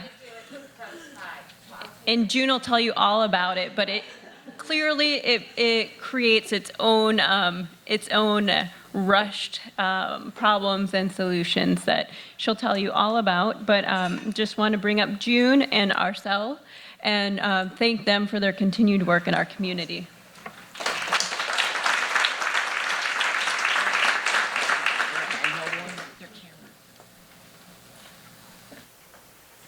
Sorry, I told her to record this because last time I got cut off. I'll just leave it at that.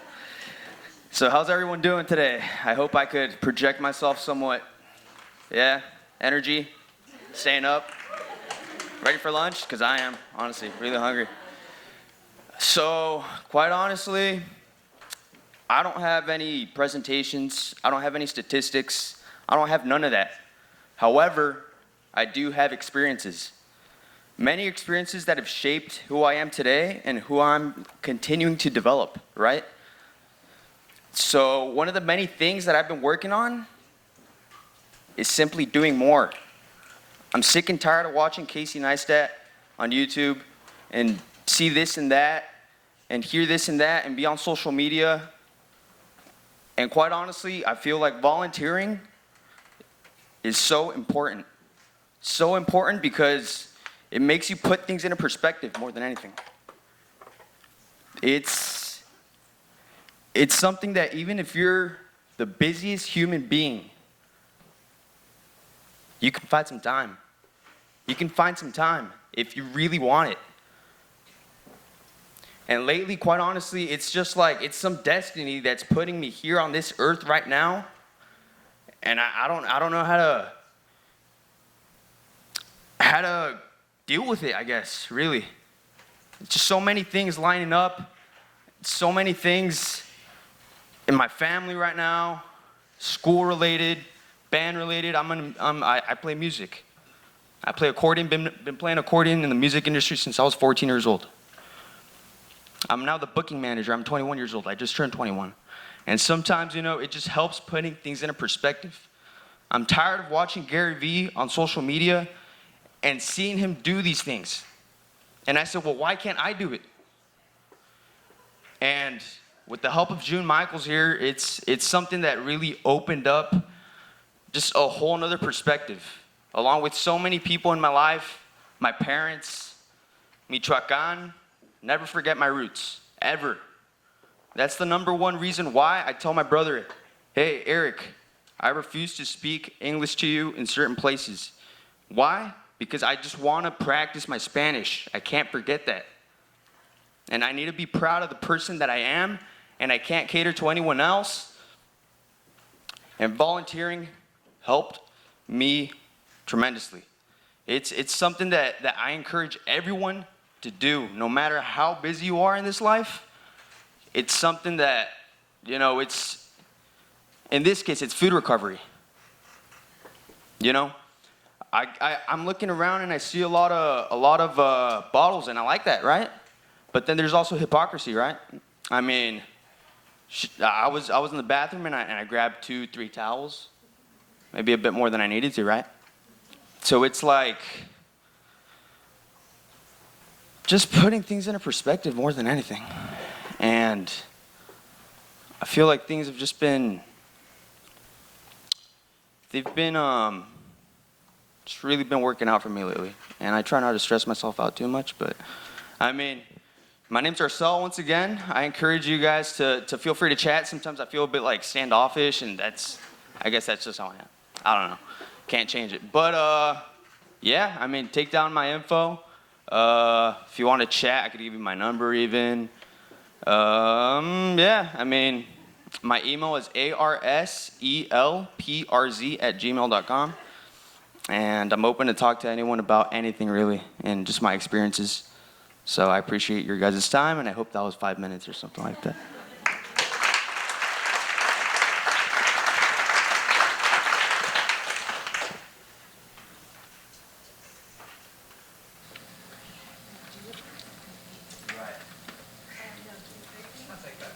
Yeah, I am.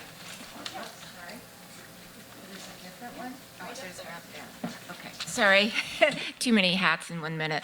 That was Arcel, and he's a very, very special volunteer. He works full-time, goes to school full-time, plays in a band, and he volunteers. To me, he's hope for the future. So I wanted him to present. on there. I'm in love with all my volunteers, honestly. But food recovery, it's something that's very near and dear to me. And first of all, I want to thank Mimi for setting the platform for 1383. And then also Marv, he's a great partner in food recovery. We share on large food donations through the counties, as well as referrals for different donors. And we also work with San Francisco, Marin, and Napa in sharing food. On that, what is a food runner? Basically, we're a much smaller organization than Marv's. We're very nimble, very small, and we're mostly self-funded. Me, 98%. So we don't have any big funders yet. Looking for a funder. But anyway, and we're growing because social workers are starting to want to send more clients. I already work with some families. In order to grow, we're going to go into technology. That's a scary word for me. Putting everything online versus the one-on-one setting up the food donations, the coordinating. I get a call, like I just got a text from a big corporation who donates their excess food, and they want to pick up before 2 o'clock. I will not be here in the afternoon on that. I can't get anyone quick enough for me. So what we do is we match the volunteer to the donor and the recipient within a short distance. So they go from point A to point B and back home, like really quickly in minutes. I call it grocery store time, the time they go to pick it up or the time they pick up the food and drop it off. It's really quick on that. We require people to have some food knowledge or food safety, handling experience, or certification on that, and we have them have their car, have the tarp, have ice packs, everything ready to go when I call them. So it goes really quickly. Get in the middle of of the paper that we're trying to recycle. We used to, when we were selling material to China, there was probably 6 to 7% of non-paper, non-fiber material in those bales. Folks in China didn't care. They used them. They may have used them for fuel, but they did something with them. Now we can't do that, and all this stuff is just a pollutant and something that there's just no use for. So we've tried to do what we can to educate people. I think this picture was taken in Santa Rosa. Cotati, even better. So we invest in education and try and make sure people understand what it is what is the best way to handle all this stuff. We actually we started in San Francisco. That's our biggest piece of business. We have a facility there. We take about 5,000 school kids a year through these facilities and try and educate at a very young age. They're the ones that then go home and tell mom and dad how to do it right, what goes where and why. So we've done a lot to invest in that. We have invested in material recovery facilities, processing plants that are designed to get as much of this material, contaminants out of the paper, separate the bottle and cans first, clean up the paper as best as possible so that we have a good quality product to sell. In fact, we have invested in the last year and a half somewhere around $15 million at this one plant to upgrade it so that we can, with devices like this, we think these are the best optical sorters made in the world so far, coming out of France. We can now produce a paper bale with less than 1% contamination. That actually meets China's national sort requirement. They still won't buy it, but it does meet their standard. But because of that, there's a lot of people having trouble selling these products anywhere because our product is so clean. We pretty much get first dibs on any sales we want. So doing those kinds of things, and we've invested in 3-cart systems that we try and do something that is consistent from community to community. This now exists in Santa Rosa. We hope over time to roll it out through the rest of the county. Bright colored carts that are identifiable as recyclables or as organics, and some other colored cart for the stuff that we don't know what to do with yet. We think the bright colors are important so people see it and get it. We also happen to like these 2 colors. They happen to be our corporate colors in our logo. But everybody should adopt something like this. And we have now reintroduced the program in San Francisco. Everybody has been resized, every residential facility has been resized where a resident has a 64-gallon recycling cart and a 16-gallon residual landfill cart, pushing them to think about what goes where and do it in a way that we hope are separating materials properly. The market, this says January to June of 2017, 60 million metric tons went in that period of time of plastic exports from the United States to China. Today, 0. Hong Kong was about 40 million. That's the back door into China. That went from 40 million to basically 0. There were some quick blips in Malaysia, Thailand, Turkey, and those have all pretty much dropped off too. Nobody wants, so the 1s and 2s stay here, they get reused. The 3 through 7s that we don't know what to do with, no one else does either. So we have that issue. What do we do with all this stuff? We're able to sell some of it again because we've got a pretty clean product, but nowhere near all of what we produce, and most of what everybody else produces just ends up in a landfill. Some of the places where this material is going, places you've never heard of all around the world, and most of those are disappearing one at a time now as well. What we like to see is materials like this, that you got that nice HDPE container, consumer done with it, people like us pick it up, get it prepared for sale to plastics recyclers. They'll break it up into tiny little pieces, flakes, and then turn it into pellets that are what needs, that the plastics industry needs to put through their machines and make the next generation of product. Refill them, go back to the retailer, and come back around. That can be done over and over again with products that have a life that someone wants them. That's not the case with things like this. That's a picture from before. I'm not sure what number this is, but the stuff doesn't break down, doesn't melt properly, and get turned into a reusable product. So we know what we see in our black carts, the stuff going to a landfill. There's still plenty in there that could be recycled or composted. Lots of paper, about 25%, a little bit less than that of organic matter, 8% of rigid plastics, 18% of film soft plastics. No market for that. And then a variety of stuff that other materials that a lot of which is made of more than one product. There's no sense in spending the money to break those things apart. But if we got rid of this, we'd only be sending a quarter of what we send to the landfill today if we could figure out how to get all that material properly separated. So that stuff ends up mostly in a transfer station. But you can see most of this is stuff. You could probably get to it if it wasn't wrapped up in a plastic bag.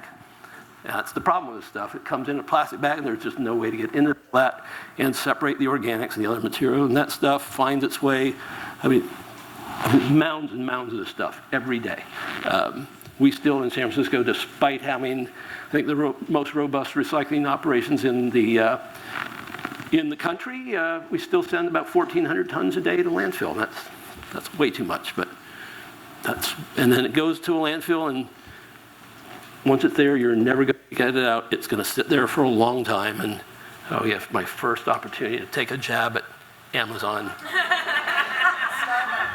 When we opened our big recycling plant in San Francisco in 2002, we were getting about 725 tons a day of material through there.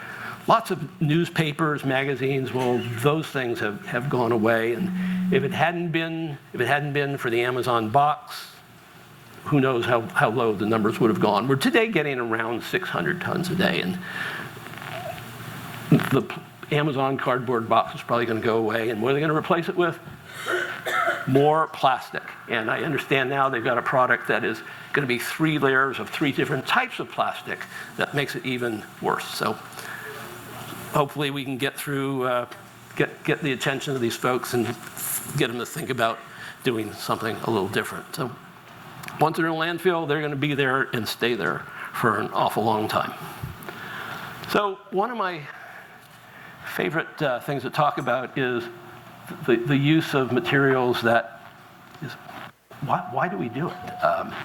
All these things that supposedly make it more convenient for people to go shopping and buy stuff, and it's plastic, round plastic with a little bit of food in the middle. This is my favorite one. Whole Foods decided that peeling an orange is too difficult. So they do it, for a while, they were doing it for you. And what they do? Put it in a plastic container with a lid. And I love Natalie Gordon. She wrote to them and said, if only nature could find a way to cover these oranges so we didn't need to waste so much plastic on them. Well, Whole Foods got it, and they came with this back with a response. Definitely, we made a mistake. They pulled them. We hear you. We're going to leave them in their natural packaging. Great, but they still sell all other kinds of stuff. Plastic, things that are in plastic wrapped in another plastic container so to keep them good. Why? We have tried to get the attention of the plastics industry, but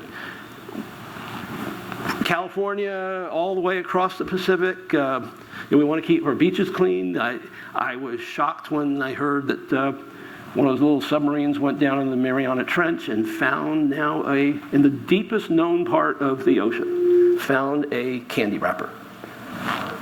And I'll digress a minute to one of my stories about, we get lots of folks coming in from around the country, around the world, trying to understand how we do what we do in San Francisco. And we actually had a request from the Mars company, people make candy bars, to take some of their products and take the candy out of these wrappers and boxes and run it across our sort line and see what we could do with it all. And so they sent us 200 pounds of candy in wrappers, in plastic bags, in cardboard boxes, and our crew spent a few hours taking everything out of the boxes, out of the plastic bags, out of the individual wrappers, ate all the candy.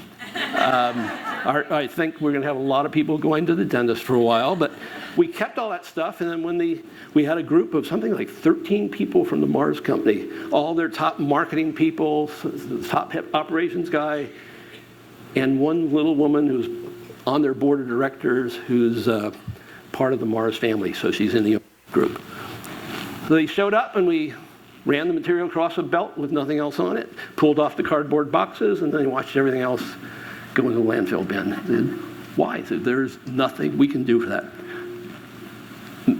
I'll call her Mrs. Mars, showed up, got all her senior executives in a line and started poking her finger at them and said, I told you we need to change this packaging. That was a good thing to hear. Now, will they really do it? Hasn't happened yet, but it's something we're hopeful that can. We have been on the case of the plastics industry for a while, and I don't know if you heard, they have pledged to spend $300 million a year for 5 years to help stop plastic pollution. Then we looked into that a little more, and it wasn't really spend. They're going to offer services that might help towards reducing the amount of plastic pollution in the oceans. $300 million a year, that is something like it's actually 6/100ths is the number supposed to be. 6/100% of their annual $500 billion revenue. So it won't hurt them, but I bet you anything that they don't reduce their profit. They'll raise their prices to us to make that up. And it's such a small commitment, it's pathetic. We think it's wrong-minded. They are looking at the wrong end of the problem. They need to be producing materials that, and this is the point we're trying to get across to them, they're producing materials that aren't recyclable, that don't have any other use, and we think they need to change their formulas so that they make things that actually can be put back into reuse. There have been a number of editorials around. I love this one. Kate Bailey with EcoCycle wrote a little op-ed called "Your Industry, We're for a divorce. I'm going to be on a panel of the California Resource Recovery Association with in just a couple of weeks, more about time to wake up to the threat. And we have looked at this and said, this is a problem. Early December, there was a piece on 60 Minutes about waste plastic. Part of it was what the problem with plastic, the problem they've created in Asia, the problem in the ocean, and part of it was pollution on Midway Island and the issues of animal life in the oceans. Part of that was filmed at our Recycle Central facility in San Francisco. And I watched that on a Sunday night and just got upset. And I said, it didn't look to me like, even though none of our people spoke in that piece, but it was filmed at our facilities, it doesn't even look like we're part of the solution. And that bothers the heck out of me. So another one of my favorite movies, Network. I'm mad as hell and I'm not going to take this anymore. Next day we generated an op-ed. Well, actually, we started with a letter to Cal Dooley, the president of the American Chemistry Council, the people that make plastics, and said, you're creating a whole lot of problems for people all around the world. We would like to find ways to work with you to do a better job of recycling all these materials that you make. But if you don't do it, we're prepared to spend $1 million of our own money putting a ballot measure on the next general election, which would be 2020 in California, that would seek to ban single-use plastics in the state.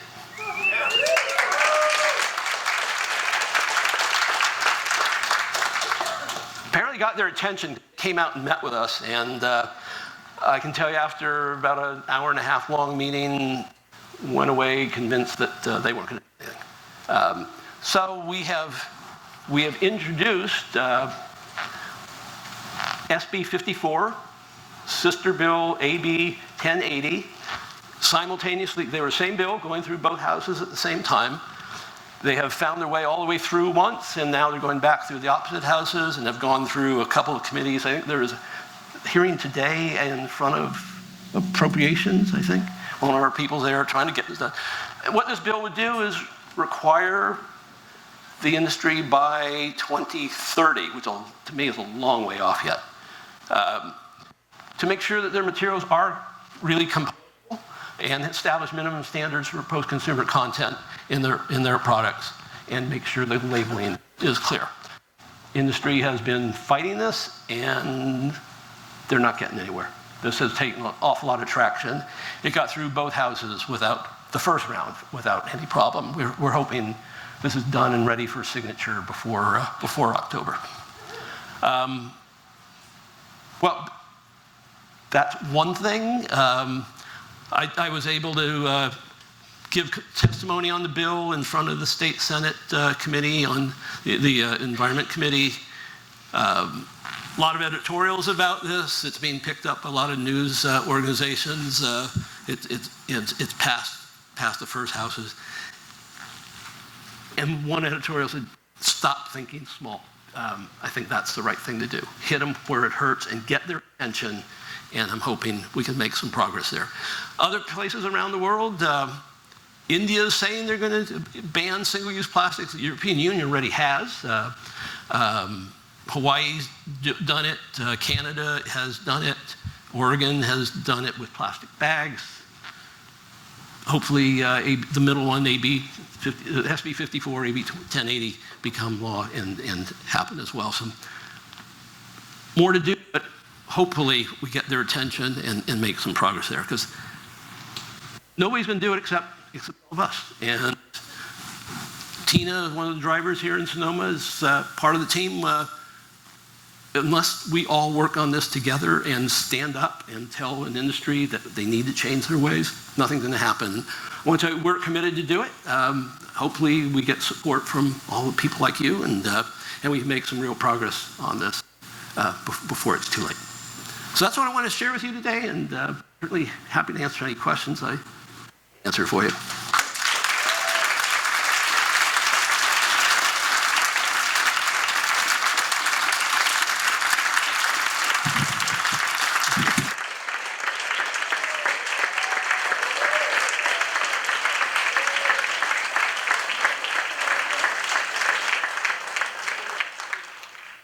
you stood. We have a lot of work to do. It's not going to be easy. Yes? Mike, thank you so much for your comments. Couldn't agree more about the single-use plastics and the issue. I'd be curious, because it came up earlier today, is what you feel the role of plant-based compostable plastics would do to solve some of this plastic epidemic, especially when you talk about Mars bars and things that are happening at a national level, not in our local retail environment. There are a lot of different things people are trying. I know we've seen PLA bags used, a lot of used for organics. Some of them work, some of them don't. We have put a lot of that stuff in compost. We happen to be the largest composters in California. We've put a lot of that kind of material in compost operations, and the stuff we've seen so far doesn't break down in the time that you would expect it to, need it to in a production compost facility. Heard somebody say recently, oh no, PLA is the wrong way. There's something called PHB. I don't think I can say whatever those letters stand for. That, you know, maybe someday someone will come up with something that really works. We haven't seen it yet, but we'd love to. If it's going to go into compostables, we want to make sure our compost passes OMRI certification, and we need to make sure that it still will after we put that kind of material in. So those are things we'll worry about.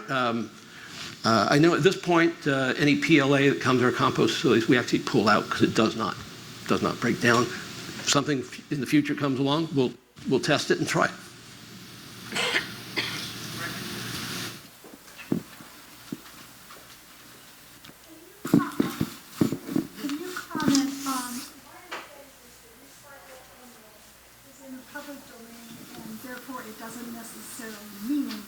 I'm saying this because my son posted something on Facebook. Oh, Amazon is recyclable now, and he showed this on a triple, one of those packages where it was 3 different things. My understanding is that's not true. But would you? You're absolutely right. The chasing arrows doesn't mean it's recyclable. It just means it's whatever number of plastic they put in the middle of those arrows. It was on an Amazon package. Anybody that makes something out of plastic will put those arrows and a number on it, and sadly it doesn't mean anything other than what kind of plastic it is. We'll find out what to do with 1s and 2s, and beyond that, I don't know. This didn't have a number on it. It was on one of those packages, paper and plastic and something else. It's the envelope. Yeah. Well, you're right. The chasing arrows are in the public domain. Anybody can use them. And it does not mean it's recyclable. Here's the next question here. Okay. I wondered about Annie Sherman's comment about waxed boxes and not being able to recycle those anymore, and if there was a strategy for those. So, wax corrugated, to my knowledge, never was recyclable because they can't get the paper off in the pulping process. Can't get the wax off in the pulping process, but they were compostable. However, did you know that wax corrugated today isn't waxed? It's coated with some poly something other. It's plastic. We can't do anything with it. It's garbage. I wish they go back to wax, although I don't know how much wax costs. I have a couple of questions. One is... Okay. The first one is those plastic, the bio bags. Is it better to use those in the landfill than just a regular plastic bag for things like cat litter, dog and stuff like that? Because it seems like eventually they will break down into organic components in the landfill versus a plastic bag, which will just become plastic particles. This is not scientific. Purely my gut. I'd rather see a PLA bag in a landfill than a plastic bag, because eventually it will break down, but not. I will tell. I've been to a landfill. It was a dump site, not a real landfill. So just put material down, cover it. We dug through part of one of those to put in foundations for a building up in the Denver area, and they dug through and pulled up some newspapers, and I went over and picked one up, and it was this was in an area that it gets a lot of snow, a lot of rain. high temperature changes. This was not an engineered landfill. It was designed to be anaerobic. 50 years, because I saw a newspaper that was 50 years old, I could still read it. It was a little stiff, but it's still legible. Pulled up the newspaper, and underneath it was a half-eaten hot dog. A little shriveled up. You could tell it was a half-eaten hot dog in a bun. That was 50 years in a dump that probably got a lot of air in. So this stuff that we're putting away in a landfill is going to be there for an awful long time. They're designed now to try and to not have air in. Nothing's going to break down. So you can go there in 100 years, and that plastic bag will look like a plastic bag. That PLA bag will probably look like a PLA bag. It doesn't get aerated in there or anything. It just stays put. So I'd feel better about the PLA bag because there's some hope, but once it goes into a landfill, it's not going anywhere. Okay. And that's why we think we should avoid putting materials in a landfill at all. So compostable plastics are not compostable in your composting facilities or Redwood or most commercial composting facilities around the country.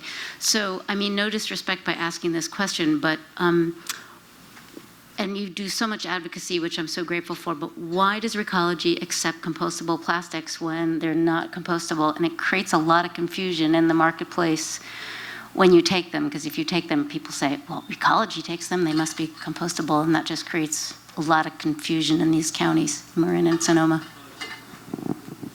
Answer is probably because we're required to take everything people get rid of, and if they're in the recyclable bin and they don't belong there, we don't know that until we get them on a line and start looking at them.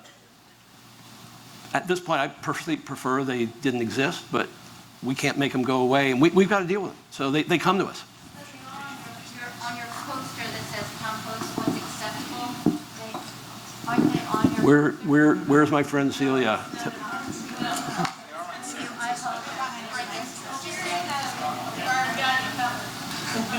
Okay. In Sonoma Marin, we're pretty clear that we do not accept compostable plastics. Okay. So I can only speak for Sonoma Marin, but that is clear in our service areas up here. Yeah. We have obligations to do, so we don't set the programs for everybody in every community. We offer what we think is best, but if a community tells us they want something done, we do it and figure out how to make it work. And some communities tell us to do things that we don't always agree with. Was there? So I understand in India, they're building roads out of plastic. Is that a potential market in California?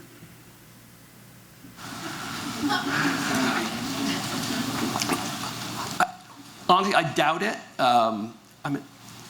We've heard so much now about microplastics, the little beads that are getting around. A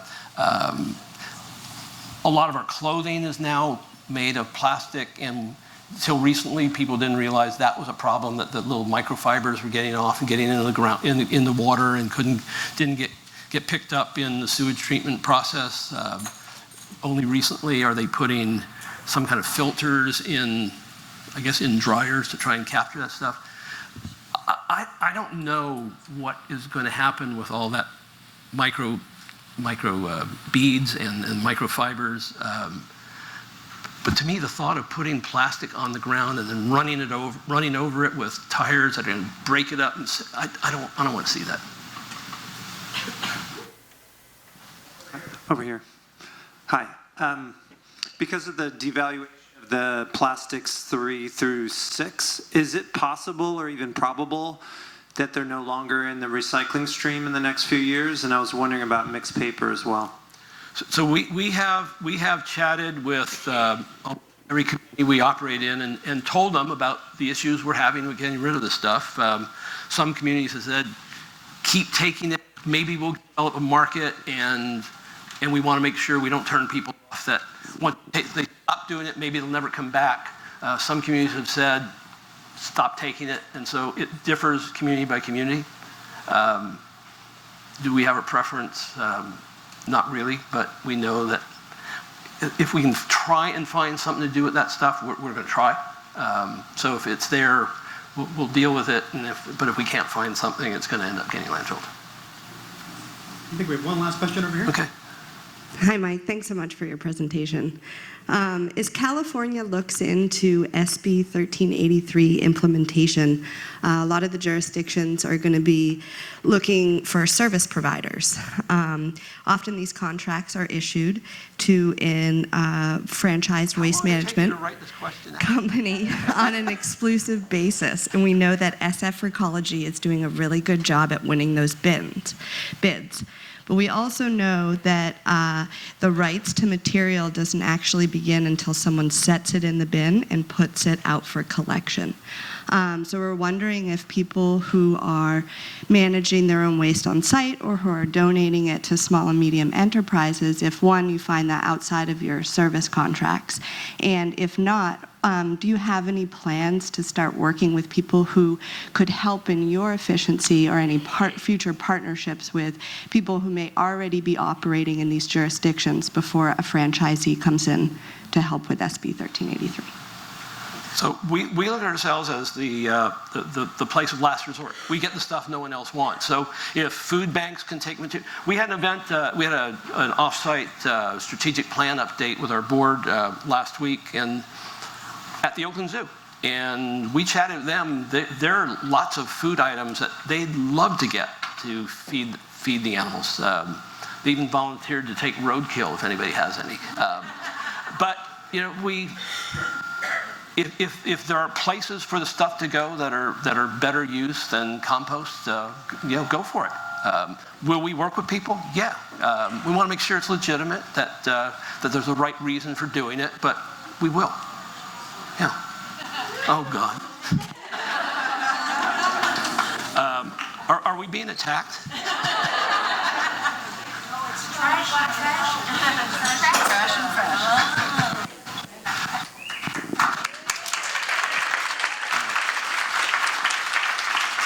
Thank you.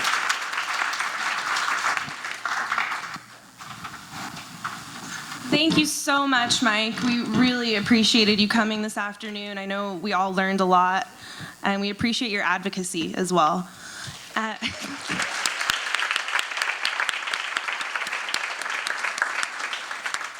So we made it to the end of the day, and what a fun and inspiring day it has been. We're going to close out the day before our social reception with the raffle prizes. And so I'm going to introduce Sunny Galbraith. She is the chair for Zero Waste Sonoma, North Bay Zero Waste, our task force of our countywide AB 939 committee. And to help her with the raffle prizes, we have some models here, as you can see. And Vicki Richardson is here. She designed these amazing outfits out of materials that would have otherwise gone to the landfill. They might look a little familiar. They were actually shown in Eric Jackson's presentation this morning from the Sonoma Community Center Trash and Fashion Show that happened in April of this year. So let's give these models a round of applause. This is so cool.